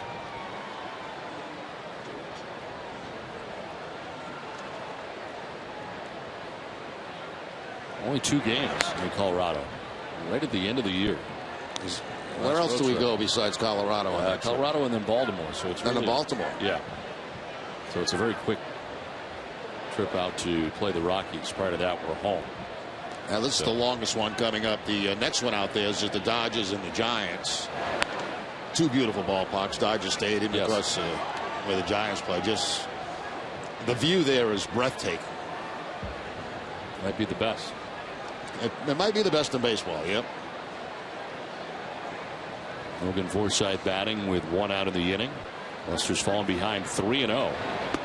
And that's a strike over the inside corner.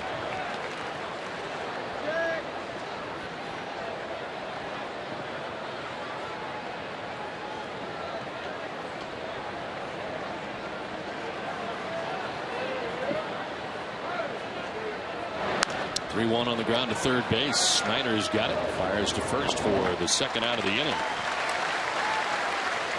Well, talking about the West Coast, NESN is hitting the West Coast this weekend. In August, 2 lucky winners will have a chance to join us in either San Francisco or Los Angeles in the NESN West Coast Road Trip Sweepstakes.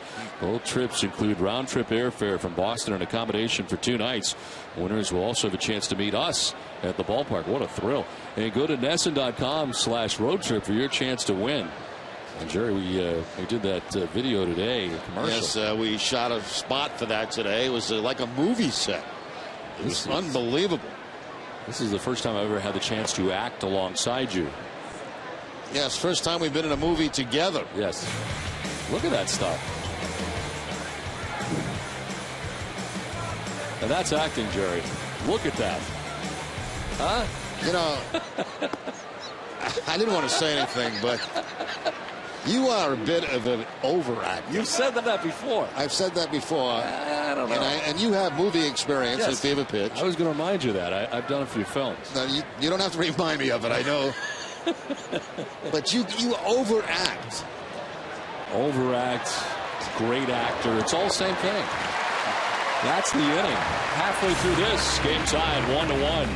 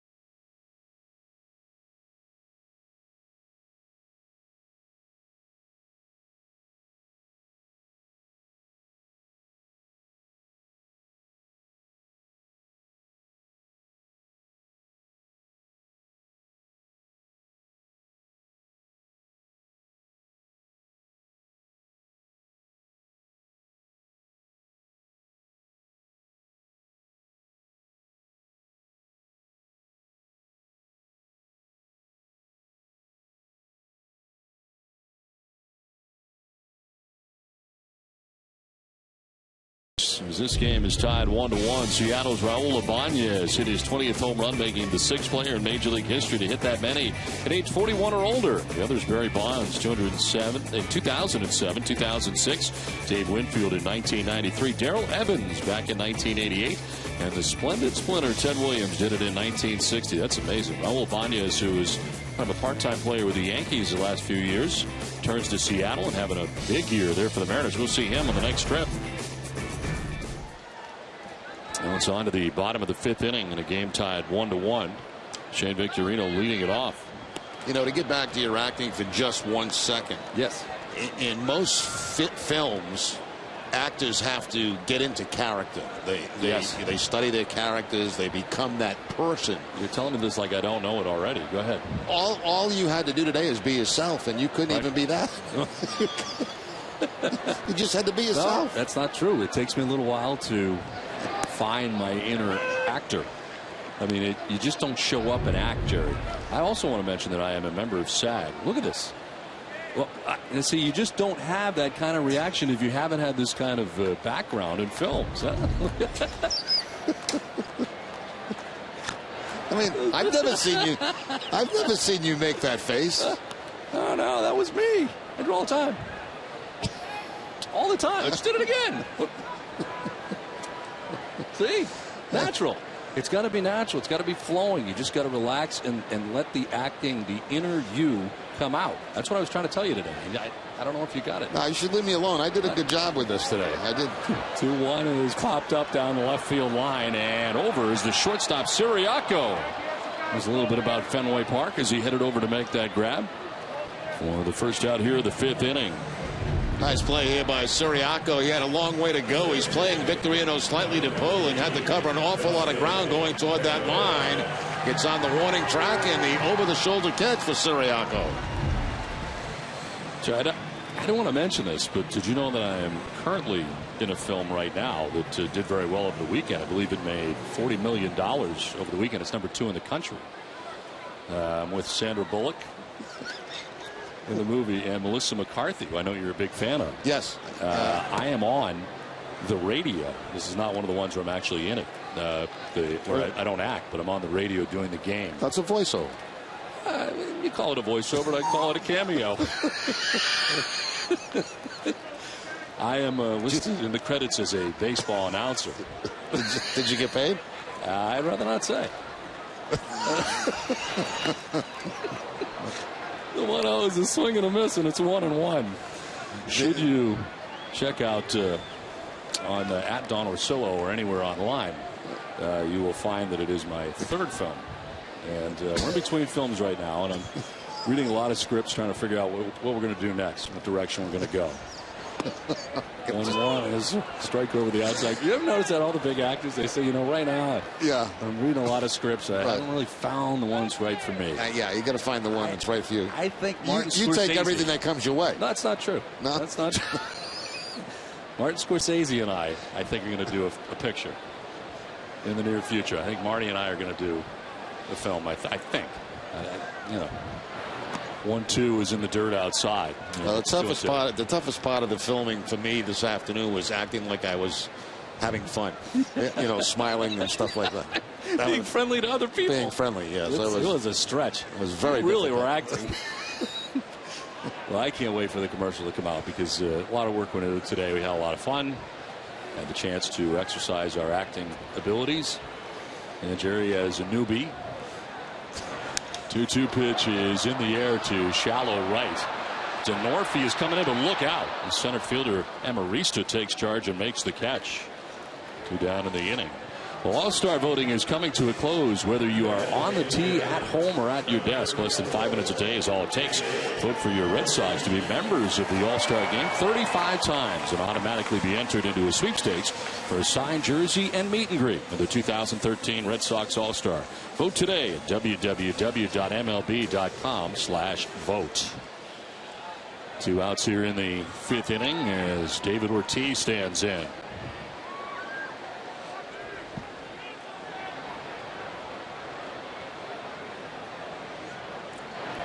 Shift on as Ortiz takes the breaking ball for strike 1.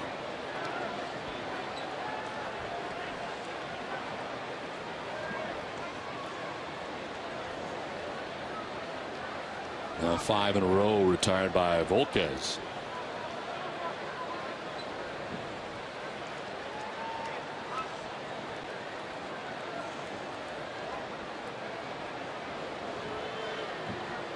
Buchholz coming in with a record of 6-6 into tonight's game, his 18th start of the year.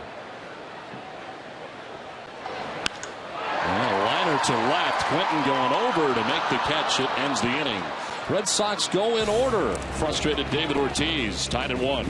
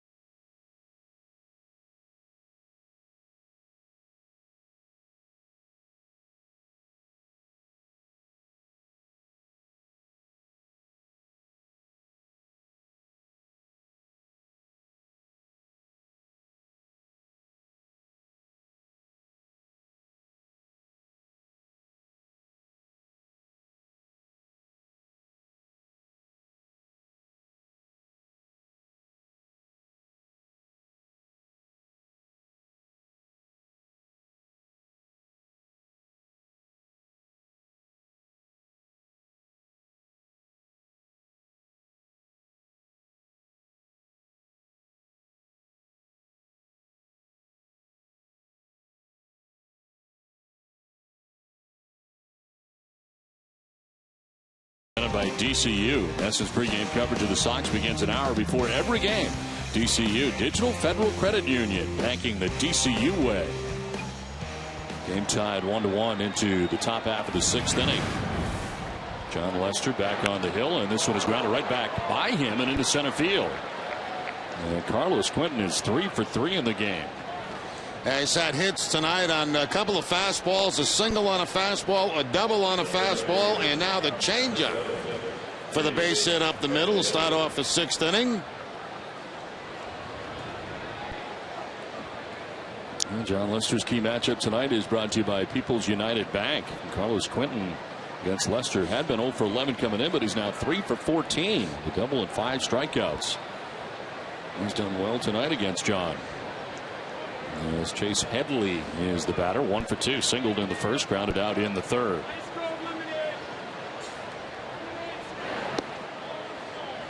Inside for ball 1.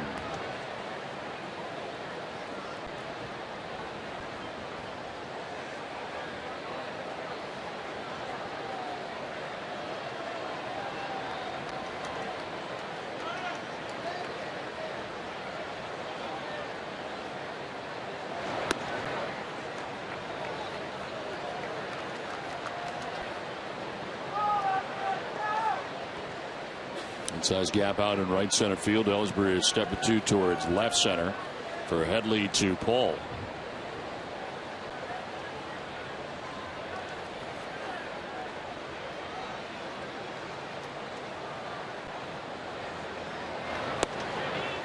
That's a strike, 2-1.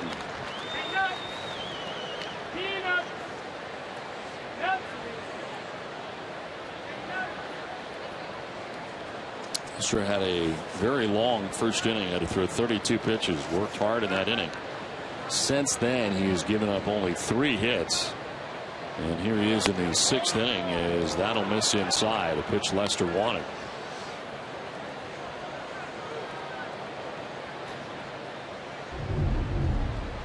Lester trying to go inside with the fastball and did miss it by very much. Fourth pitch of that at bat.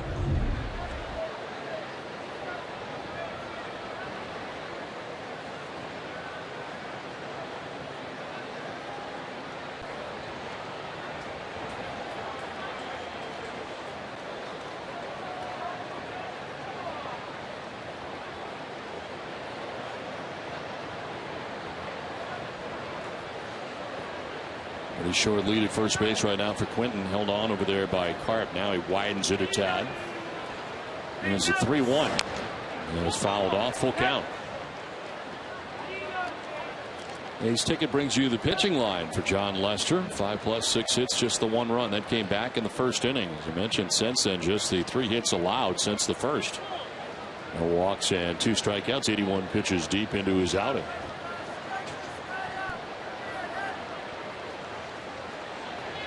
Orioles and White Sox tied up tonight 2-2 in the 6th inning in Chicago. Here's a 3-2. That's ball 4. That is the first walk of the night given up by John Lester. Well, Dunkin' Donuts is your stop for summer refreshment. Dunkin' Donuts Cooladas are icy cool drinks, the perfect way to chill out and cool down during these hot summer days. So hurry into Dunkin' and grab a Coolada today. America runs on Dunkin'. 2 on, nobody out in the 6th inning.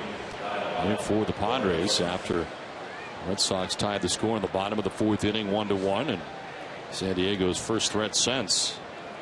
There is Kyle Blanks, who is 1 for 2 in the game. He drove in the Padres run. Picked up his 32nd RBI of the year and a single to center.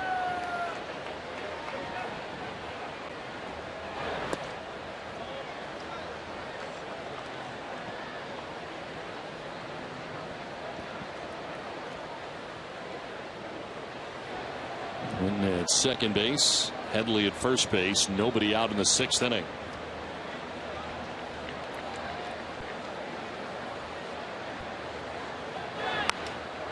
A pop-up foul off to the right.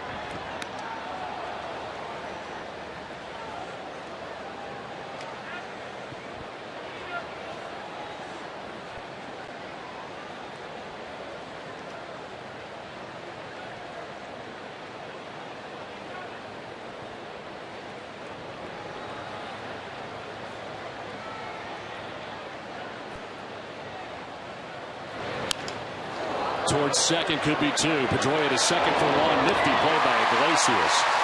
Just tagged the bag on the way by with some fancy footwork and fired to first. A double play as Quinton takes third.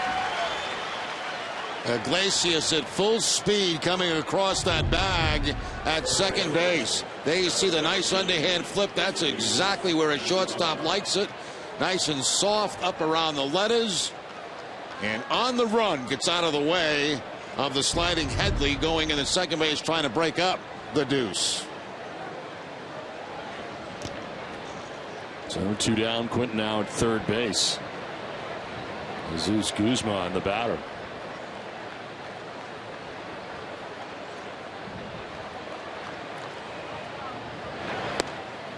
In there for strike 1.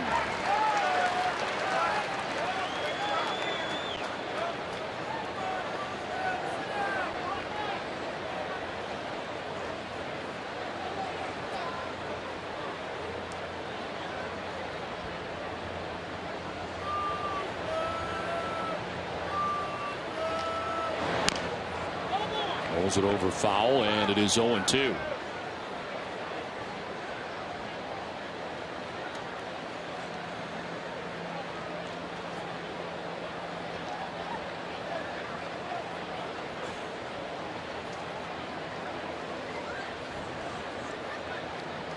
Advil is the official pain reliever of the Boston Red Sox and proud supporter of Volunteers. Go to Advil.com to find out about the Advil Relief in Action campaign. 2 down here in the 6th inning. Carlos Quinton 90 feet away in a tie game. 0-2 pitch coming to Jesus Guzman. And a swing and a miss. Struck out in high fastball at 93. Game still tied 1-1.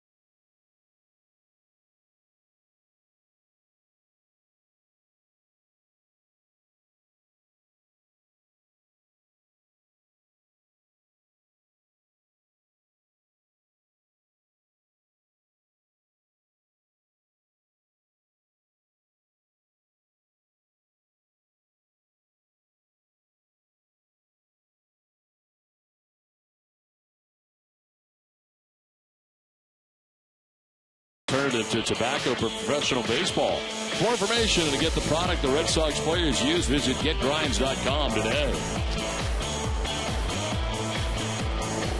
Last half of the 6th inning back at Fenway Park, game tied 1-1. And it'll be Nava, Karp, and Saltalamacchia to face Edinson Volquez. As Volquez up to 90 pitches as he starts this bottom of the 6th inning. Actually 91 so far in this game. And here's Nava, 1 for 2 tonight. He singled in the 2nd inning, grounded out to short in the 3rd. He has one of 6 Red Sox hits in the game.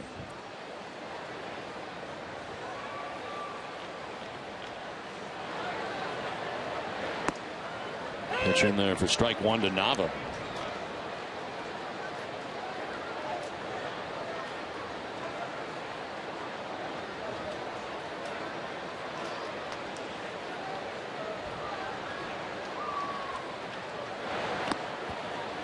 Some action in the Padres pen for the first time tonight. Nick Vincent, a right-hander, has just started to warm up as Volquez starts this last half of the 6th inning.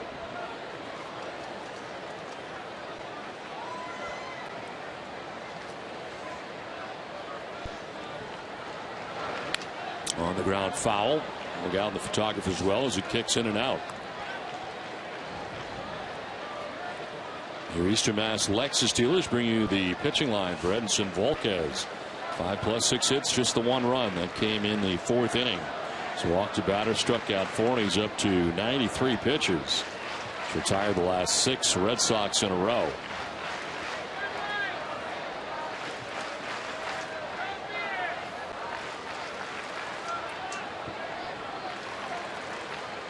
One-two pitch. In the air to center field. Amarista has room as he moves back shy of the track to make the catch for the first out here in the bottom of the 6th inning. Send it down to Jamie Erdahl. Well, that Jared Saltalamacchia RBI double back in the 4th to tie this game up is the perfect example of how this Red Sox team scores their runs and really wins game. In this current homestand, they are 6-1, yet they've only hit 1 home run out of Fenway Park. And John Farrell was asked about this before today's game, and he wasn't bothered by this stat. He said that's the nature of this lineup. They get timely hits to win games, and really that's been proven all season long as the Red Sox lead the majors in doubles, and they're also tied atop the majors in extra base hits. That was amazing, Jerry. That's just the 1 home run. That's kind of incredible. You think about the way the Red Sox have been winning. That's a well-balanced offense, that can do a lot of things. And, home runs are just not the way they score runs, especially on this homestand, as Jamie mentioned, just the 1 for the Red Sox. So, they are getting a lot of doubles. They're getting clutch hits with men at second base. We saw in this game a clutch double by Saltalamacchia with a man on first base. So there are many ways for this team to be able to score runs, which is a good sign. Because when you become home run happy and you rely just on that, home run guys go into slumps.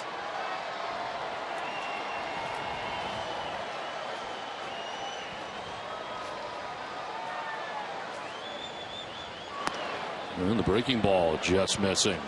And a pitch Volquez wanted. He's had a few of those. Karp struck out looking in the 2nd inning, singled to right in the 4th inning. Saltalamacchia, you mentioned, with the double earlier in the game, waits on deck. Karp to right center field. This is headed towards the gap. It will get down. Back to the wall. Karp headed for second base. And he'll pull it up with a 1-out double, his 2nd hit of the night. 2 for 3 now for Karp, and a very nice approach this time. It was a changeup, an off-speed pitch, and a very good job of Karp staying back on that ball. Now, here's a guy that recently has not had a lot of at-bats. And when you don't get a lot of at-bats, a lot of time it's off-speed pitches that give you problems. But not that time for Mike Karp. Into the gap for the 2-base hit. Another double. Here's Jared Saltalamacchia, whose double drove in Mike Karp in the 4th inning. Give the Red Sox their run tonight. Time called, and Grandal headed out to talk here to Volquez. Let's get a Toyota game break with Tom Caron, TC.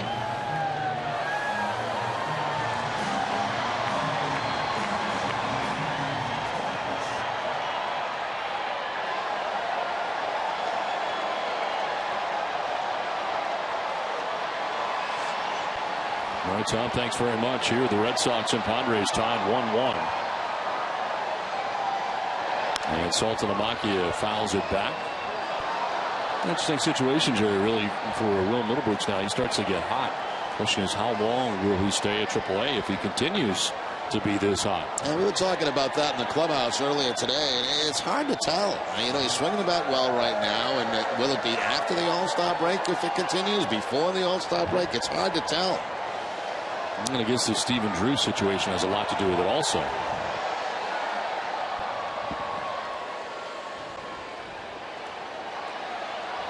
1-1 the count to Saltalamacchia, who is waiting on an 0-1.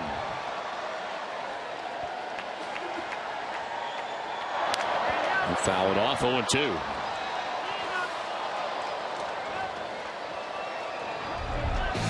Well, Will Middlebrooks 4 for 5, tying a team record with the 8 RBIs in tonight's game. The last 3 games, always done 4 homers and 12 RBIs. All of a sudden locked in for the Paw Sox.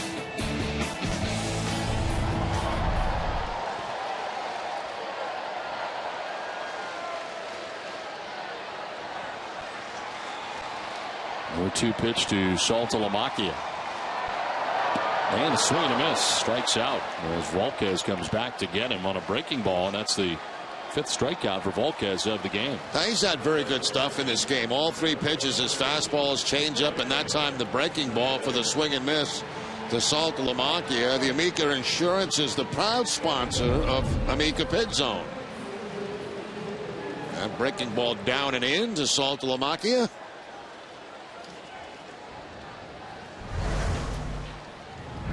Now 2 down here in the 6th inning. Carp still at second base. Here's Brandon Snyder. He's come up with some big hits lately for the Red Sox, trying to do it again. 0 for 2 so far tonight. So he takes strike 1.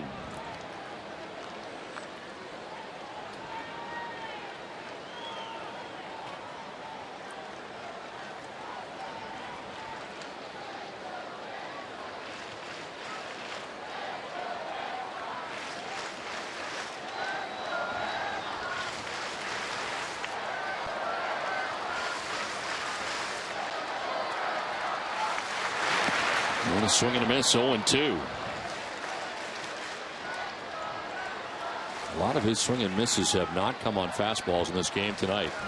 No changeups. A lot of them on changeups and breaking balls.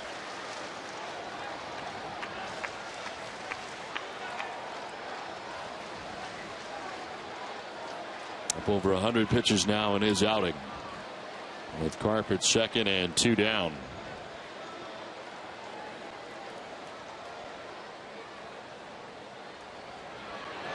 Snyder strikes out to end the inning, so the double for Carp is wasted.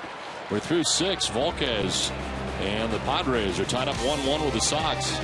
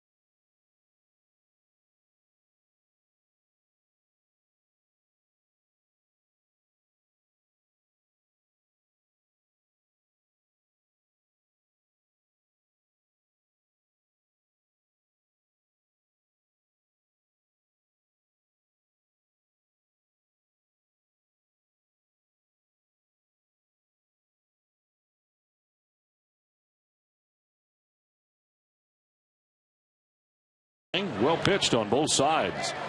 As this one fouled off by Yasmani Grandal.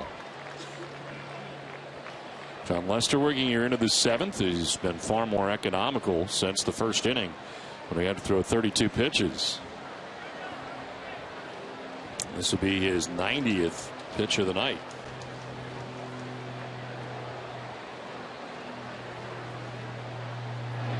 Grandal grounds it foul, and it's 0-2. More thanks to Liberty Mutual Insurance for providing these beautiful aerial views of Fenway Park and the city of Boston tonight.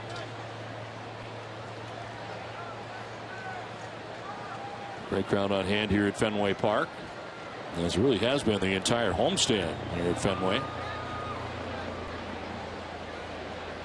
0-2 pitch to Grandal. That's up and away, doesn't chase. 1-2.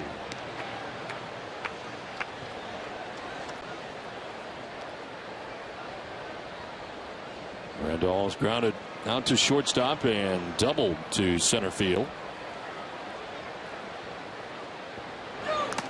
This one will be fouled off the mask of Saltalamacchia.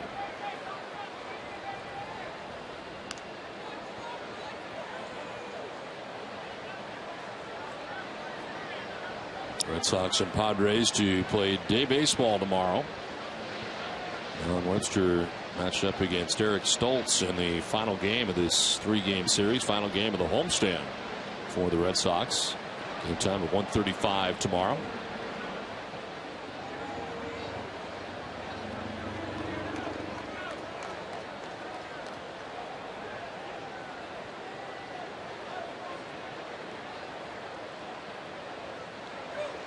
This will miss down and in. We're talking about players getting back to the major leagues, Jerry. There's another guy trying to get back to the major leagues who's already had an incredibly successful major league career.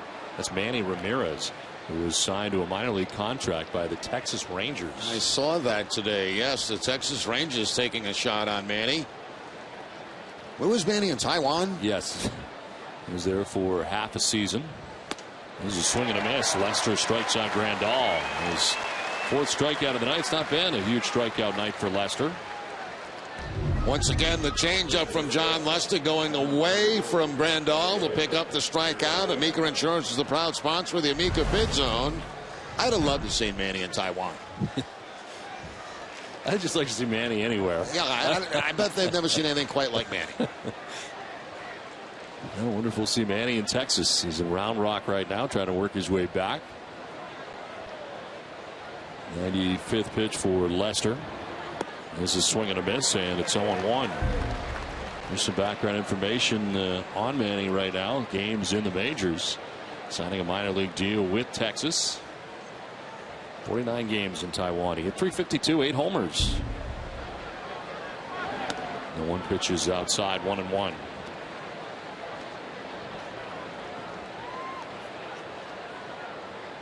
Pedro Siriaco 0 for 2. He's fouled out to first base, grounded out to second.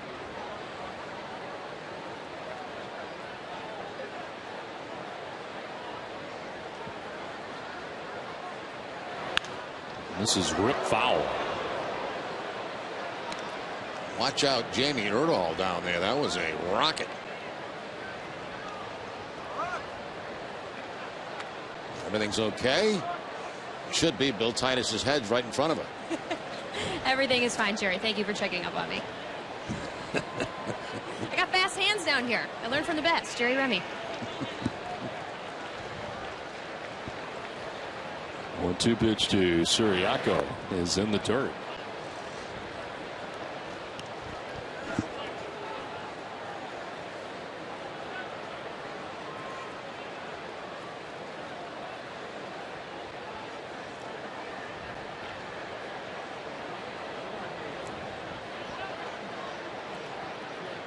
Two pitch. And Siriaco, it's a 2-hopper down to third. Snyder's throw. In time for the second out of the inning. They're both outs in this inning, coming on the changeup from Lester. 1 a strikeout. That time staying with the off-speed stuff to Siriaco, and the result, the ground ball at third base. Well, for tonight's Twisted but True fact, we look at the no-hitter thrown by Reds Homer Bailey last night against San Francisco. Bailey's the first player not named Kevin to no-hit the Giants since Terry Mulholland did so on August 15th of 1990. Since then, the Giants have been no-hit by 3 Kevins, Gross, Brown, and Millwood. Twisted Tea Hard Iced Tea is refreshing hard iced tea. It tastes like real iced tea. Be a little twisted. Homer Bailey with the first no-hitter this year, had the last no-hitter last year. The second no-hitter of his career. Alexei Amarista batting with 2 down here in the 7th inning.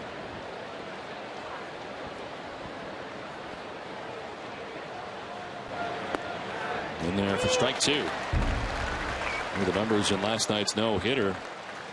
9 strikeouts, just the 1 walk, and 109 pitches to pick up his second career no-hitter.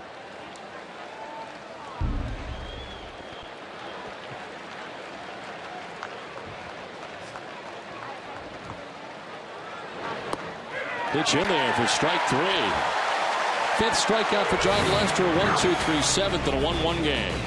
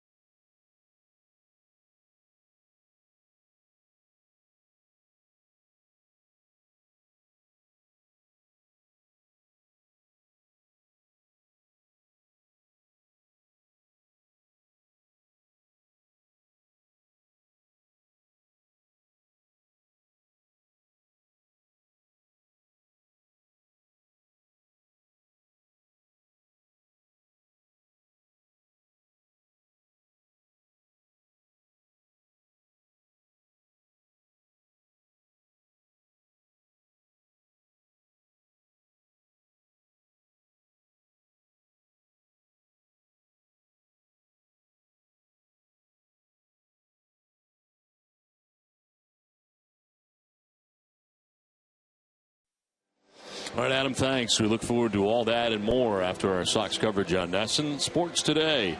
And by the way, you made great time getting back to NESN Television Center from here at Fenway Park.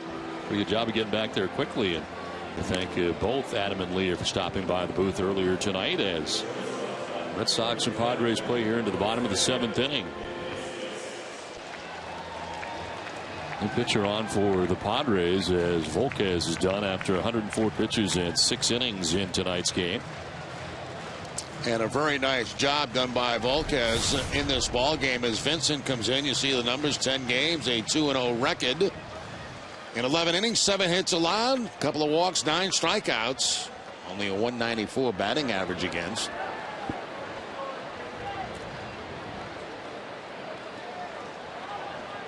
Jose Iglesias to lead it off here in the 7th inning. His 3rd plate appearance of the game. As he takes ball 1 away. Set by a pitch in the 3rd inning. Grounded out to short in the 4th.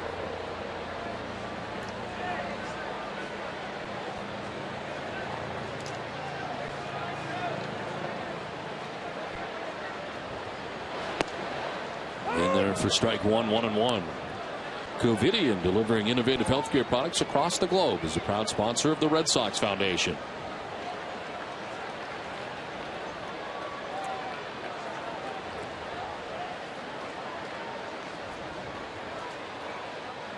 One pitch fouled off to the right, out of play. There's action in the Red Sox bullpen as Junichi Tozawa warms up for Boston. Lester going 7 tonight and getting congratulations from teammates and coaches. And nice job tonight by Lester through the first 7 innings as he appears to be done tonight.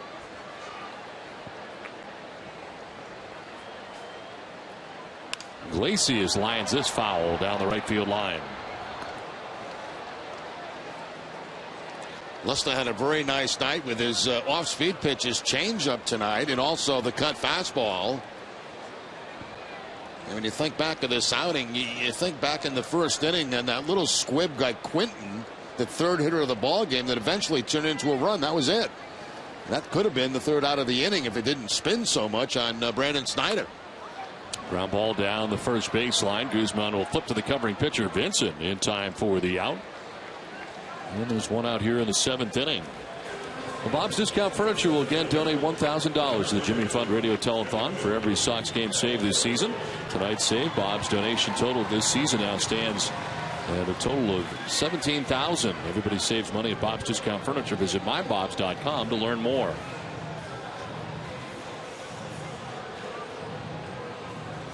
One out here in the 7th for Jacoby Ellsbury.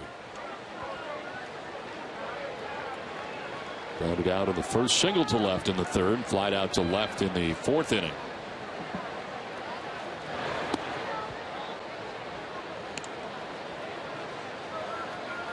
Chase Headley in on the grass again at 3rd base. There's Aaron Ellsbury slap one by him in the 3rd inning. This time a little bit closer to the line than he was back earlier in the ball game.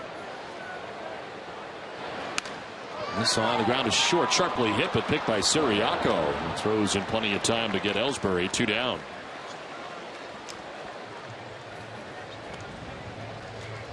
Well, game summary tonight is brought to you by Xfinity from Comcast. Buchholz leaving after 6 innings tonight. 7 hits, giving up just the 1 run. Carlos Quinton 3 for 3 against John Lester, and John Dunn after 7 innings, giving up the 1 run. Jared Saltalamacchia driving in the only Red Sox run. That came in the bottom of the 4th inning. 2 down, bases empty for Shane Victorino.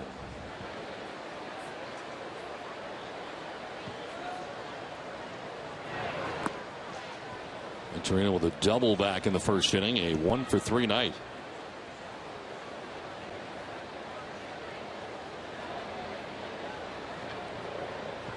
More action for the Padres. Joe Thatcher, left-hander, up in the pen for the Padres. Victorino takes strike 1. So line tonight for Buchholz, 6 innings, 7 hits, 1 run. The only walk he gave up was intentional. That was to David Ortiz in the 3rd. He struck out 6 batters.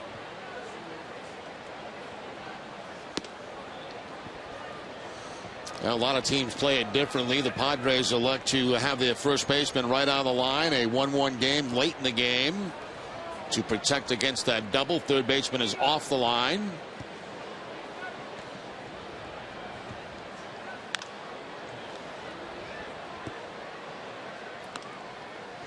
Padres have added another reliever as Luke Gregerson joins Joe Thatcher.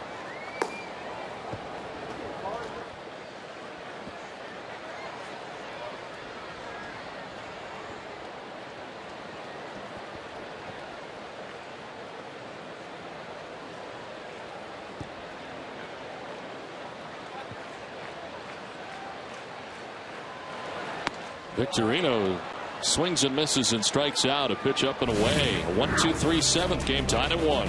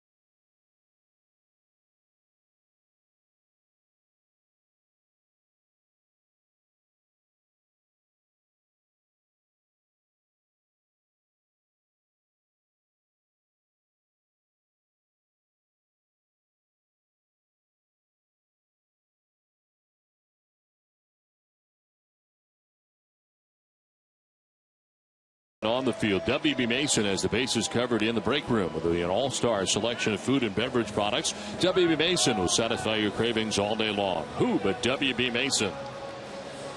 A 1-1 game here into the top of the 8th inning back at Fenway Park. This call to the bullpen is brought to you on NESN by New England Ford Dealers. Shinichi Tozawa into the game after 7 innings tonight from John Lester. Tozawa's 39th appearance, 4-3 with a 2.92 earned run average. 40 strikeouts to only 4 walks on the year for Tozawa. Opponent sitting at 268 against him as he comes in this 1-1 game. So no decision tonight for Lester, who ends up going 7 innings, giving up 6 hits. The 1 run that came in the first inning. He would walk only 1 batter and strike out 5. It'll be the top of the Padres order. To lead it off here in the 8th inning, Logan Forsythe. He had no success against John Lester as he went 0 for 3 against Lester on a fly out, 2 groundouts.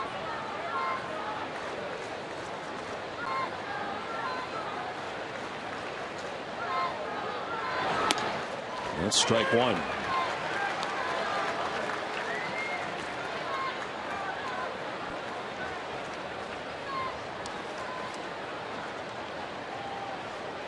Tozawa suffering his 3rd loss of the year on Saturday against Toronto. Gave up a 2-run go-ahead home run by Jose Bautista in the 8th inning. Went an inning giving up 3 hits and 2 earned runs.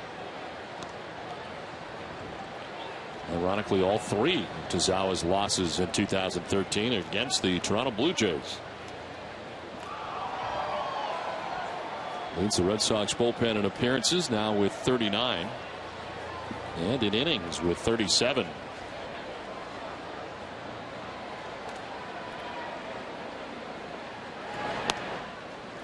Two and 1.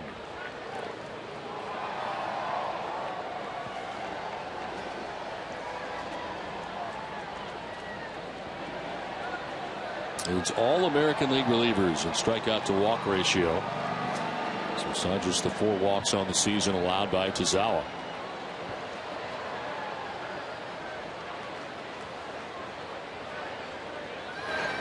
And a swing and a miss. Going to tie them up 2-2. After 2 split-fingered fastballs, he climbs the ladder, goes back upstairs with the fastball to get the swing and miss.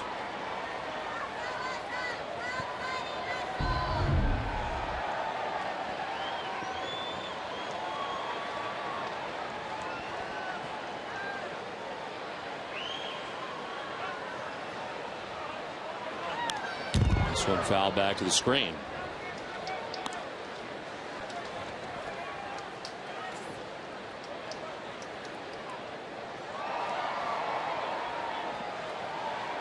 Kristen Orvie waiting on deck. Nobody out here in the 8th.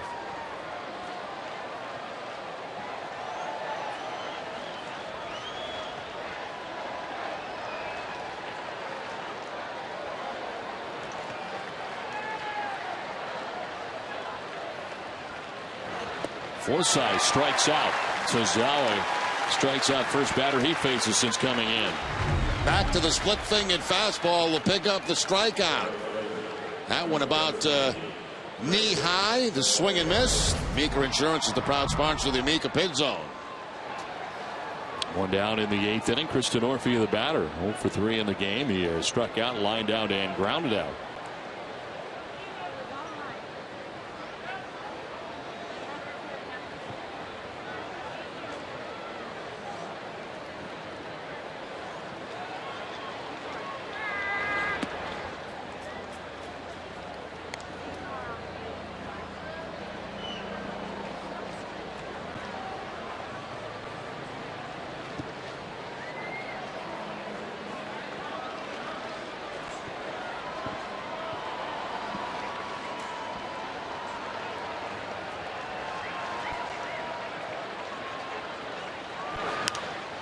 This is a pop-up foul off first, so it'll get into the seats.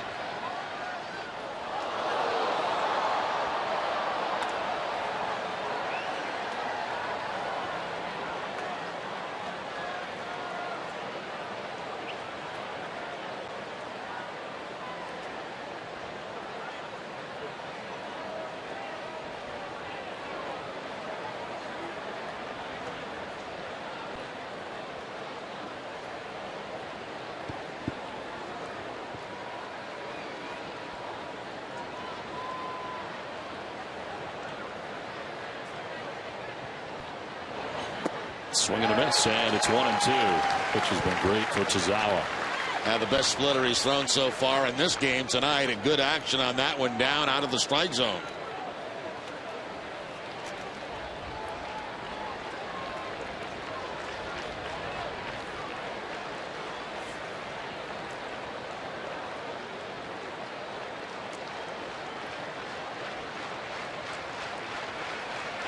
Swing and a miss, strikes out Denorfia.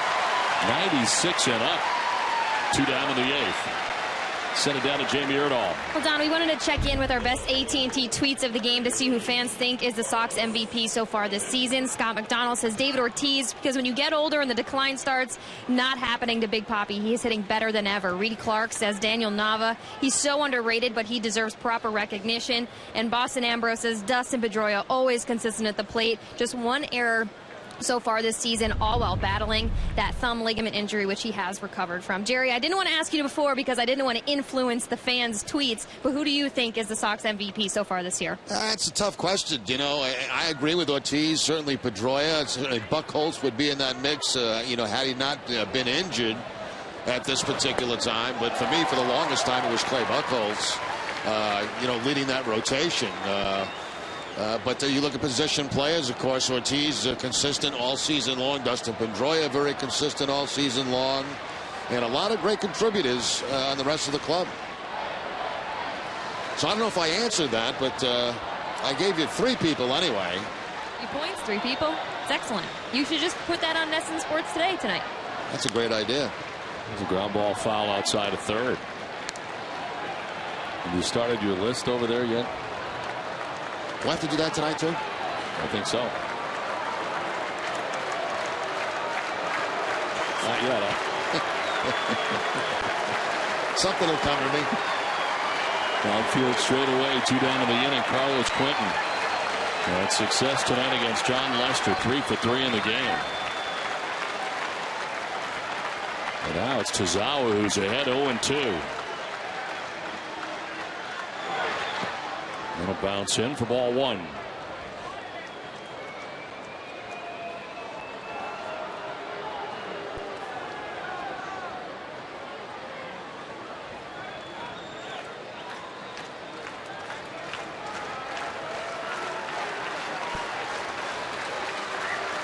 One ball, 2 strikes to Carlos Quentin. Game tied 1-1 in the 8th.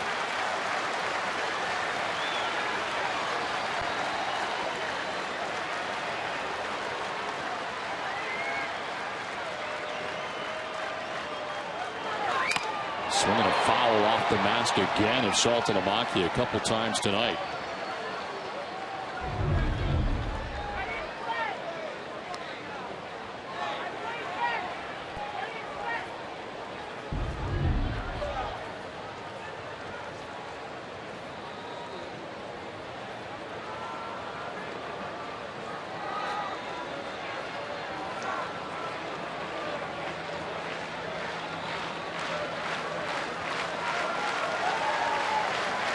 Red Sox in the bottom of the 8th inning. We'll have Pedroia, Ortiz, and Nava coming up. Tozawa trying to keep this right where it is. Game tied 1-1. A 1-2 pitch to Carlos Quentin. And a grounder foul will do it again.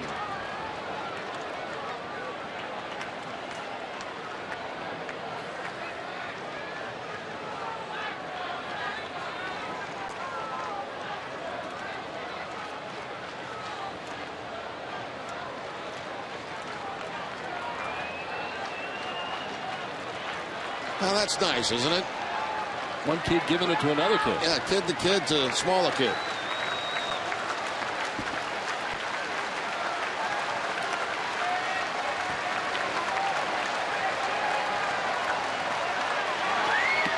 Swing and a miss goes around, and Tozawa strikes out the side. Pedroia, Ortiz, and Nava coming up.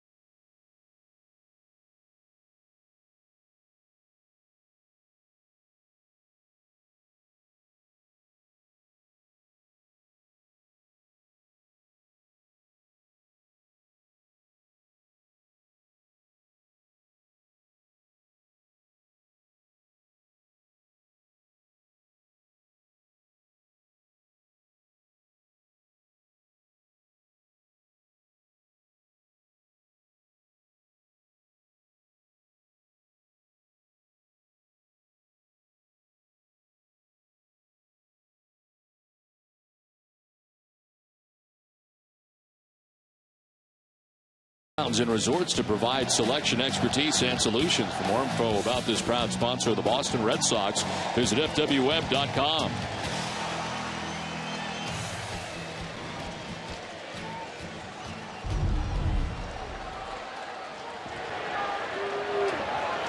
One to one as we head to the last half of the 8th inning. Red Sox looking for some fireworks here in the bottom of the 8th. Jerry?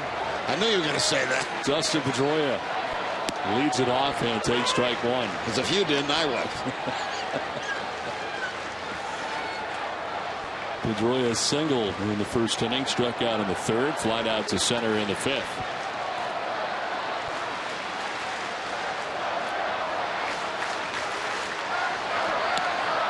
Rolling away, 1-1. Those are up for the Red Sox, Koji Uehara.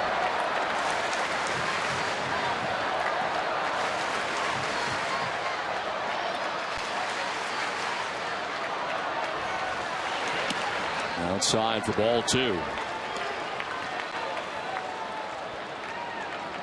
Nick Vincent had a 1-2-3 7th. He's back out there to begin the 8th. At least for now. Big Papi David Ortiz will be batting next.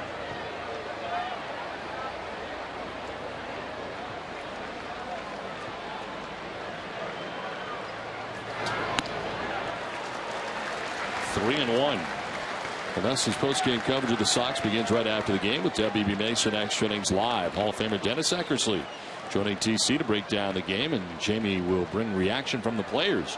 WB Mason Extra Innings Live. You can't go wrong when you buy right. WB Mason. 3-1 to Dustin Pedroia. And a fly ball to deep left field for Pedroia. It's up and it's off the wall. Quentin will play the care. Pedroia headed to second. The throw will not be in time. A double to start the bottom of the 8th.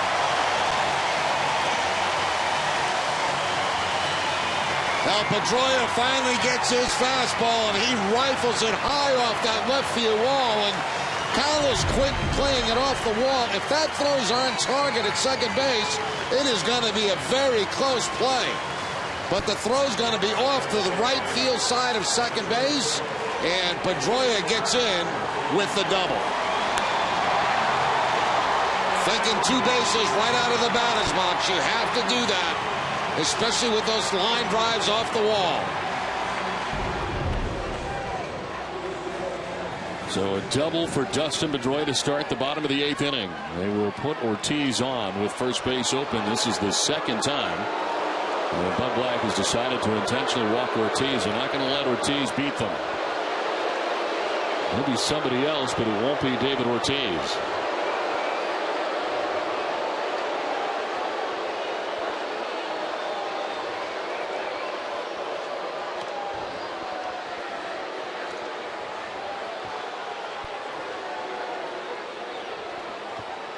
Nava went back to the dugout here, and seems to be a conversation over how to deal with Nick Vincent. We'll see. Thatcher ready in the pen. Lefty's hitting at 236 against him.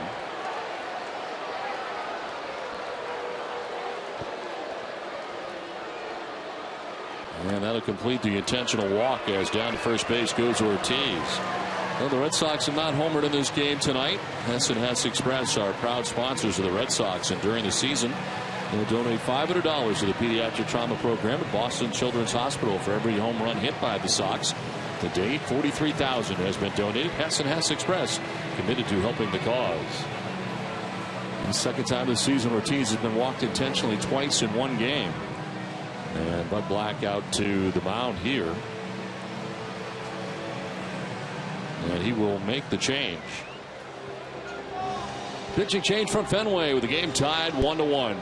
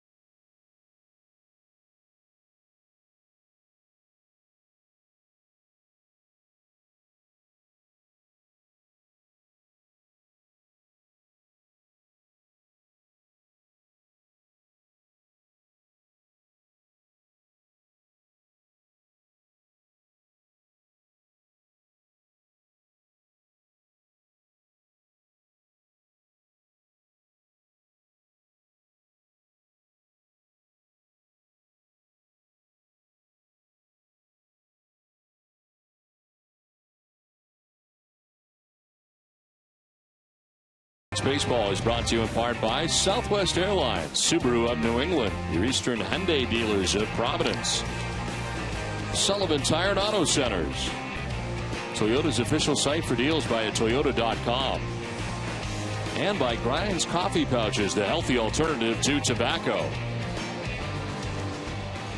2 on, nobody out in this last half of the 8th inning for the Red Sox in a 1-1 game between the Padres and Red Sox. And Luke Gregerson coming in here for the Padres. Becomes the third arm used for Bud Black. 39th appearance, 4-3 with a 2.60 earned run average. 30 strikeouts, 8 walks, and opponent sitting at 2-11 against Gregerson. Vincent Tapart's responsible for the 2 Red Sox on. And that is Pedroia at second, Ortiz at first as Nava stands in.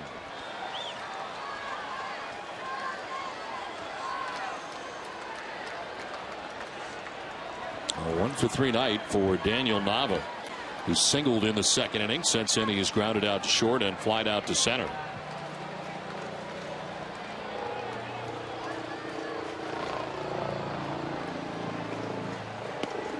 Nava takes strike 1.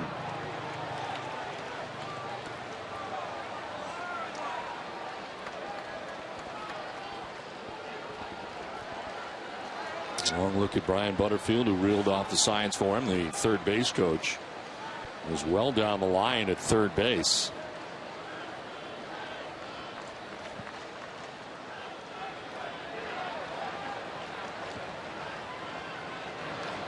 Swing and a miss. Fool on that pitch. 0-2. Yeah, back-to-back breaking balls, sliders from Gregerson. This one down and in that blind spot for a left-handed hitter. Down and off the plate.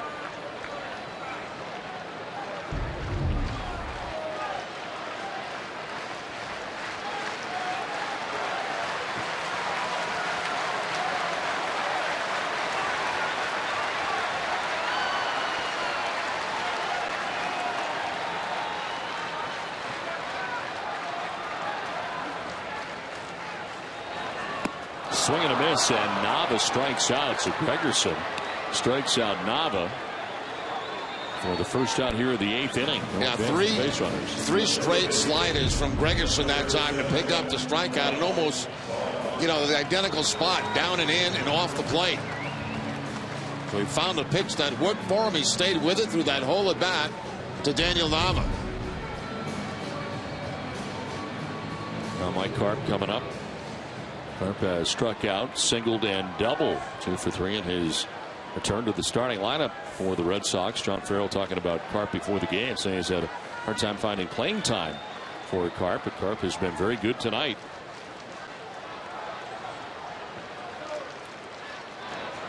That's outside for ball 1.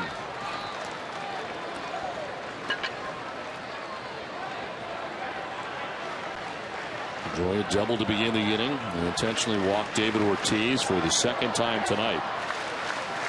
Strikeout of Nava, so 2 on, 1 away.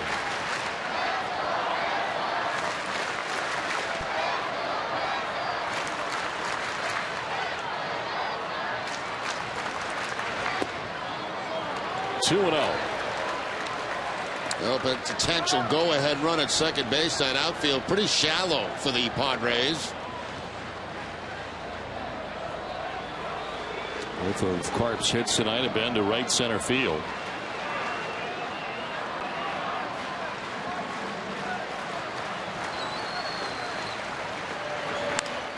Fly ball out to left center this time. Amarista moves over and makes the catch for the second out of the 8th. Base runners stay where they're at, and there are 2 outs now in the inning.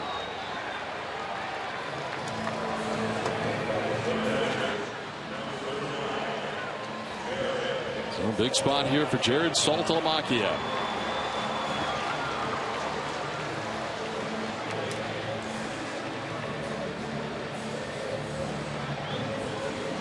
Jared tonight has struck out, doubled, and struck out again.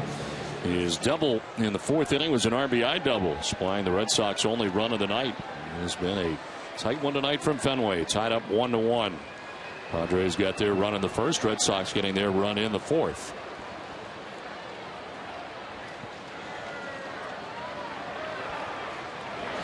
Saltalamacchia takes ball one.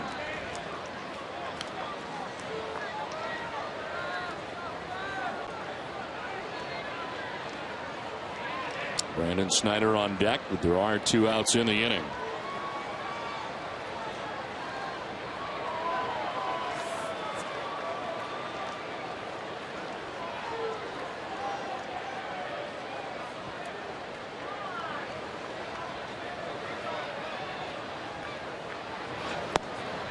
That's a strike, 1-1. Saltalamacchia didn't think so as he looks back at Doug Eddings.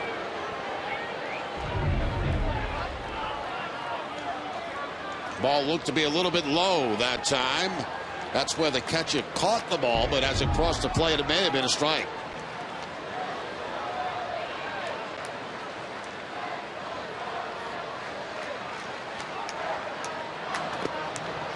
Two and one.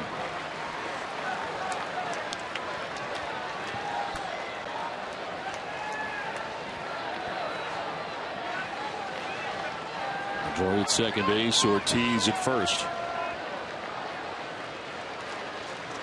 Red Sox 1 for 12 in this game with runners in scoring position.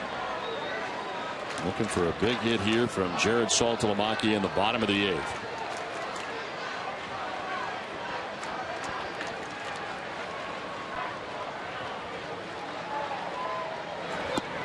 Strike 2, 2-2, and again that same spot. Saltalamacchia doesn't like it again, but Eddings being very consistent with that call on that same pitch. Almost the identical spot as the second pitch of the at bat.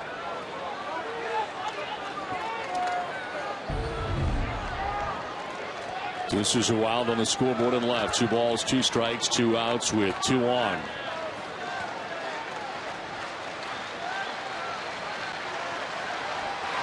Saltalamacchia strikes out to end the 8th, and this game remains tied to the 9th.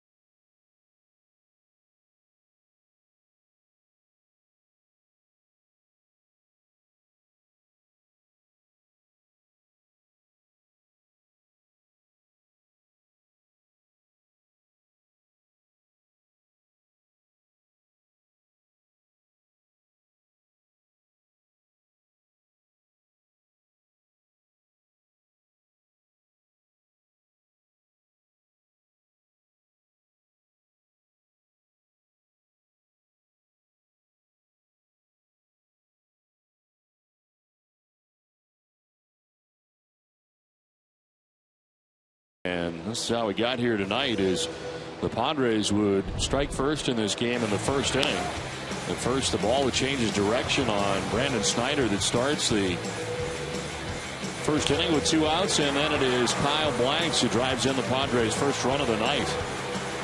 As the inning continued and 32 pitches for Lester, Red Sox would tie it up on a double for Jared Saltalamacchia. They scored Mike Karp all the way from first base in the 4th inning to tie the game 1 aside.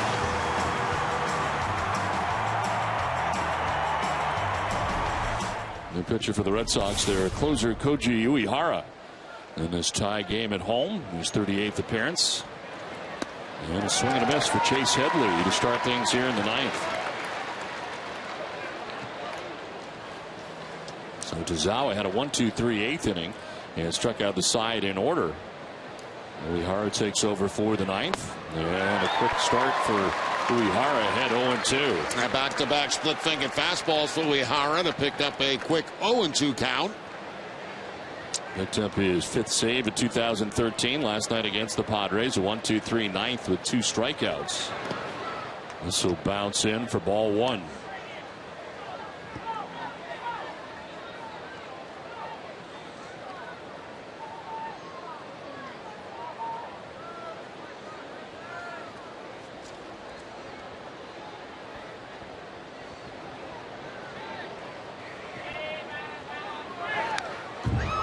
Back, still 1-2.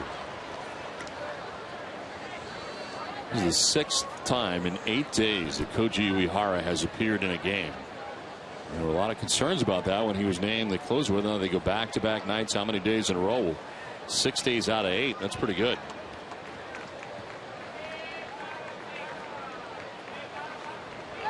One-two is on the ground at Pedroia at second base. 1 down in the 9th. But one thing that's been in the advantage of Uehara, that a lot of his outings he has not thrown a lot of pitches in. He's had a very low pitch count in a lot of these one-inning stints that he's had. So it makes it a little bit easy for him to bounce back on a second night. That's the last 5 appearances. He's not thrown more than 19 pitches in any outing. He's got 1 out in the 9th inning. Kyle Blanks the batter.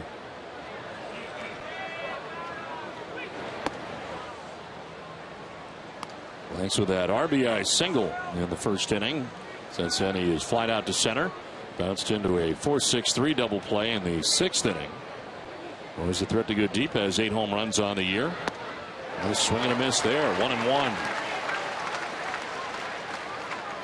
Now the Padres closer is up. Houston Street warming in the pen.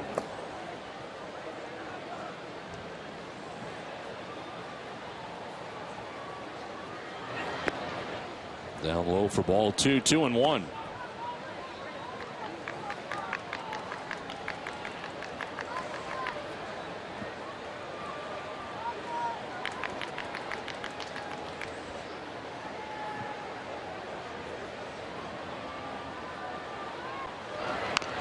Check swing grounded back to Uehara. 2 down in the 9th.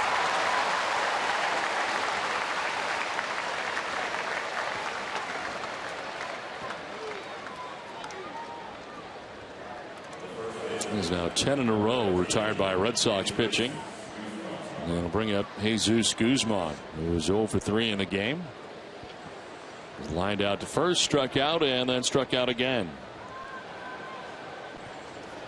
Red Sox in the bottom of the 9th inning will be expecting Brandon Snyder, Jose Iglesias, and Jacoby Ellsbury scheduled to bat him, but he gets on, and Shane Victorino will have a chance. It's ball 1.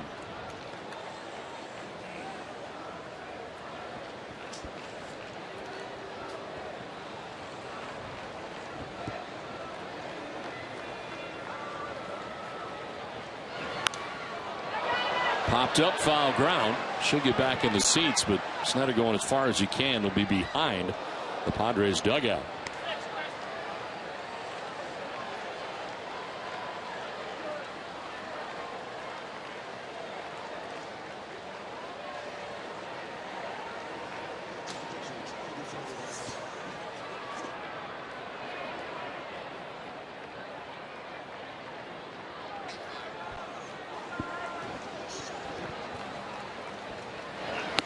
Swing and a miss, 1-2.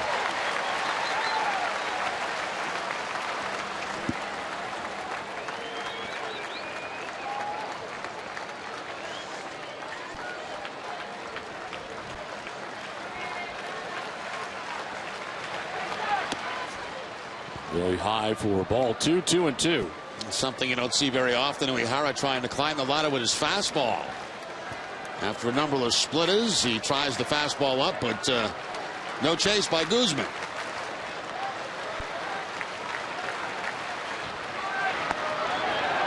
Not chasing that either. 3-2.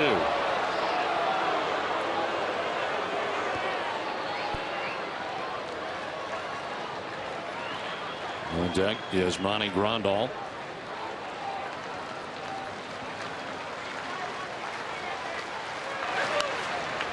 Reaching across the plate that time to get a piece.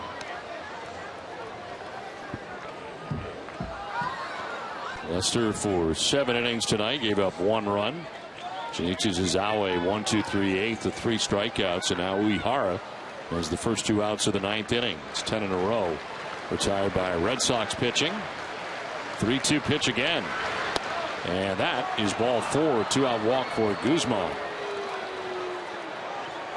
Something you don't see Uehara do a lot of. That's walk a batter.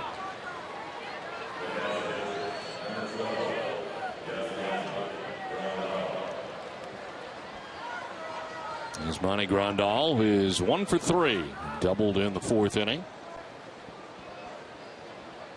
It's just the 2nd walk in the last 12 appearances for Koji Uehara.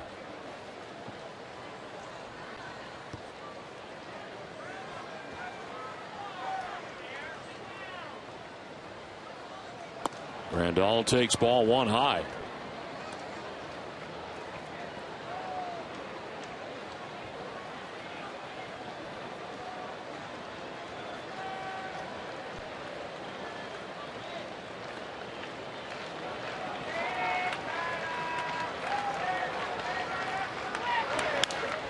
In the air to shallow right center. Ellsbury coming in. He'll make the grab that ends the top of the 9th. Snyder, Iglesias, and Ellsbury coming up.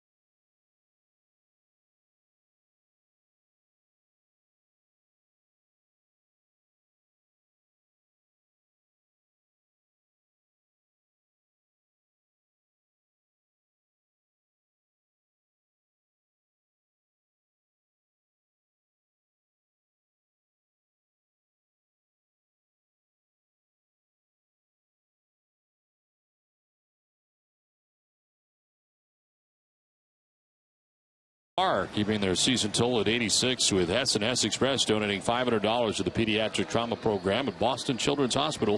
For every Sox home run, the donation stands at $43,000. Our thanks to S&S Express, committed to helping the cause. A pinch hitter coming up here for the Red Sox to begin things in the bottom of the 9th inning in a 1-1 game. Johnny Gomes is going to pinch hit for Brandon Snyder.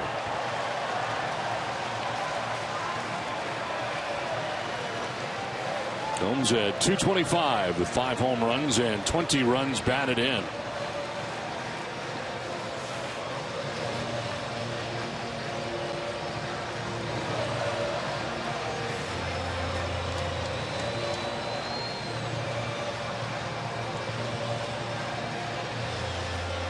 The last walk-off hit for the Red Sox came from the guy at the plate, Johnny Gomes.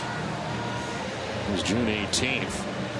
It was the last walk-off win for the Red Sox, Shane Victorino, but it was an error committed by Tolley at first base for the Toronto Blue Jays. Gomes leading it off here in the bottom of the 9th inning.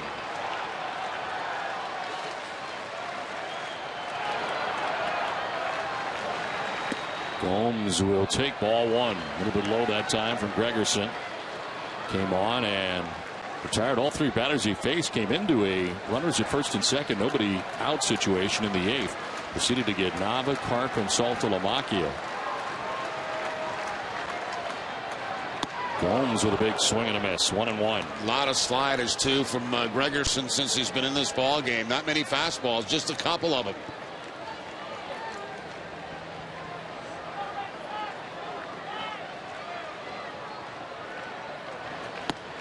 A big swing and a miss there, and yet another slider. 1-2.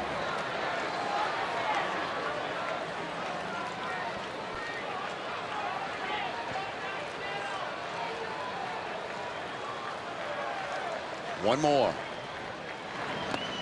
In the dirt outside. 2-2.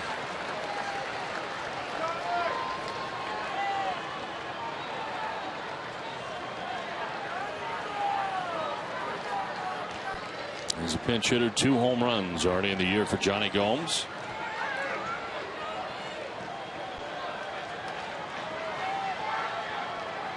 Slider again. Gomes hits it in the air to left field. Quinton going back, looking up. It is gone! Johnny Gomes pinch hit, walk-off home run. 8th time the Red Sox have walked off on the season. They wait for Gomes at the plate.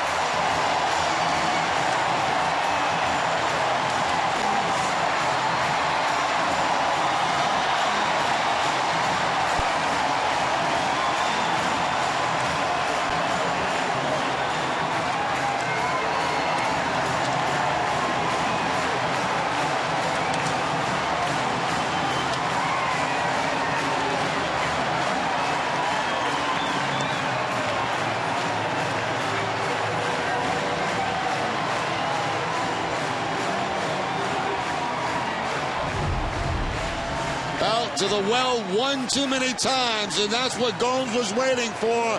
A breaking ball that stayed out over the plate. The line drive home run.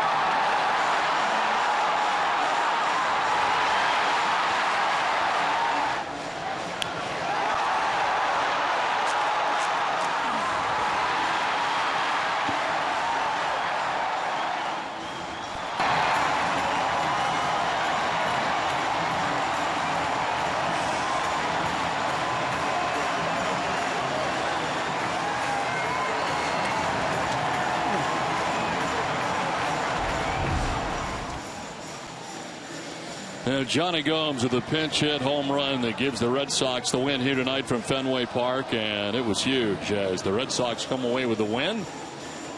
And a well-pitched ball game tonight from Fenway. Red Sox win it 2-1 over the San Diego Padres.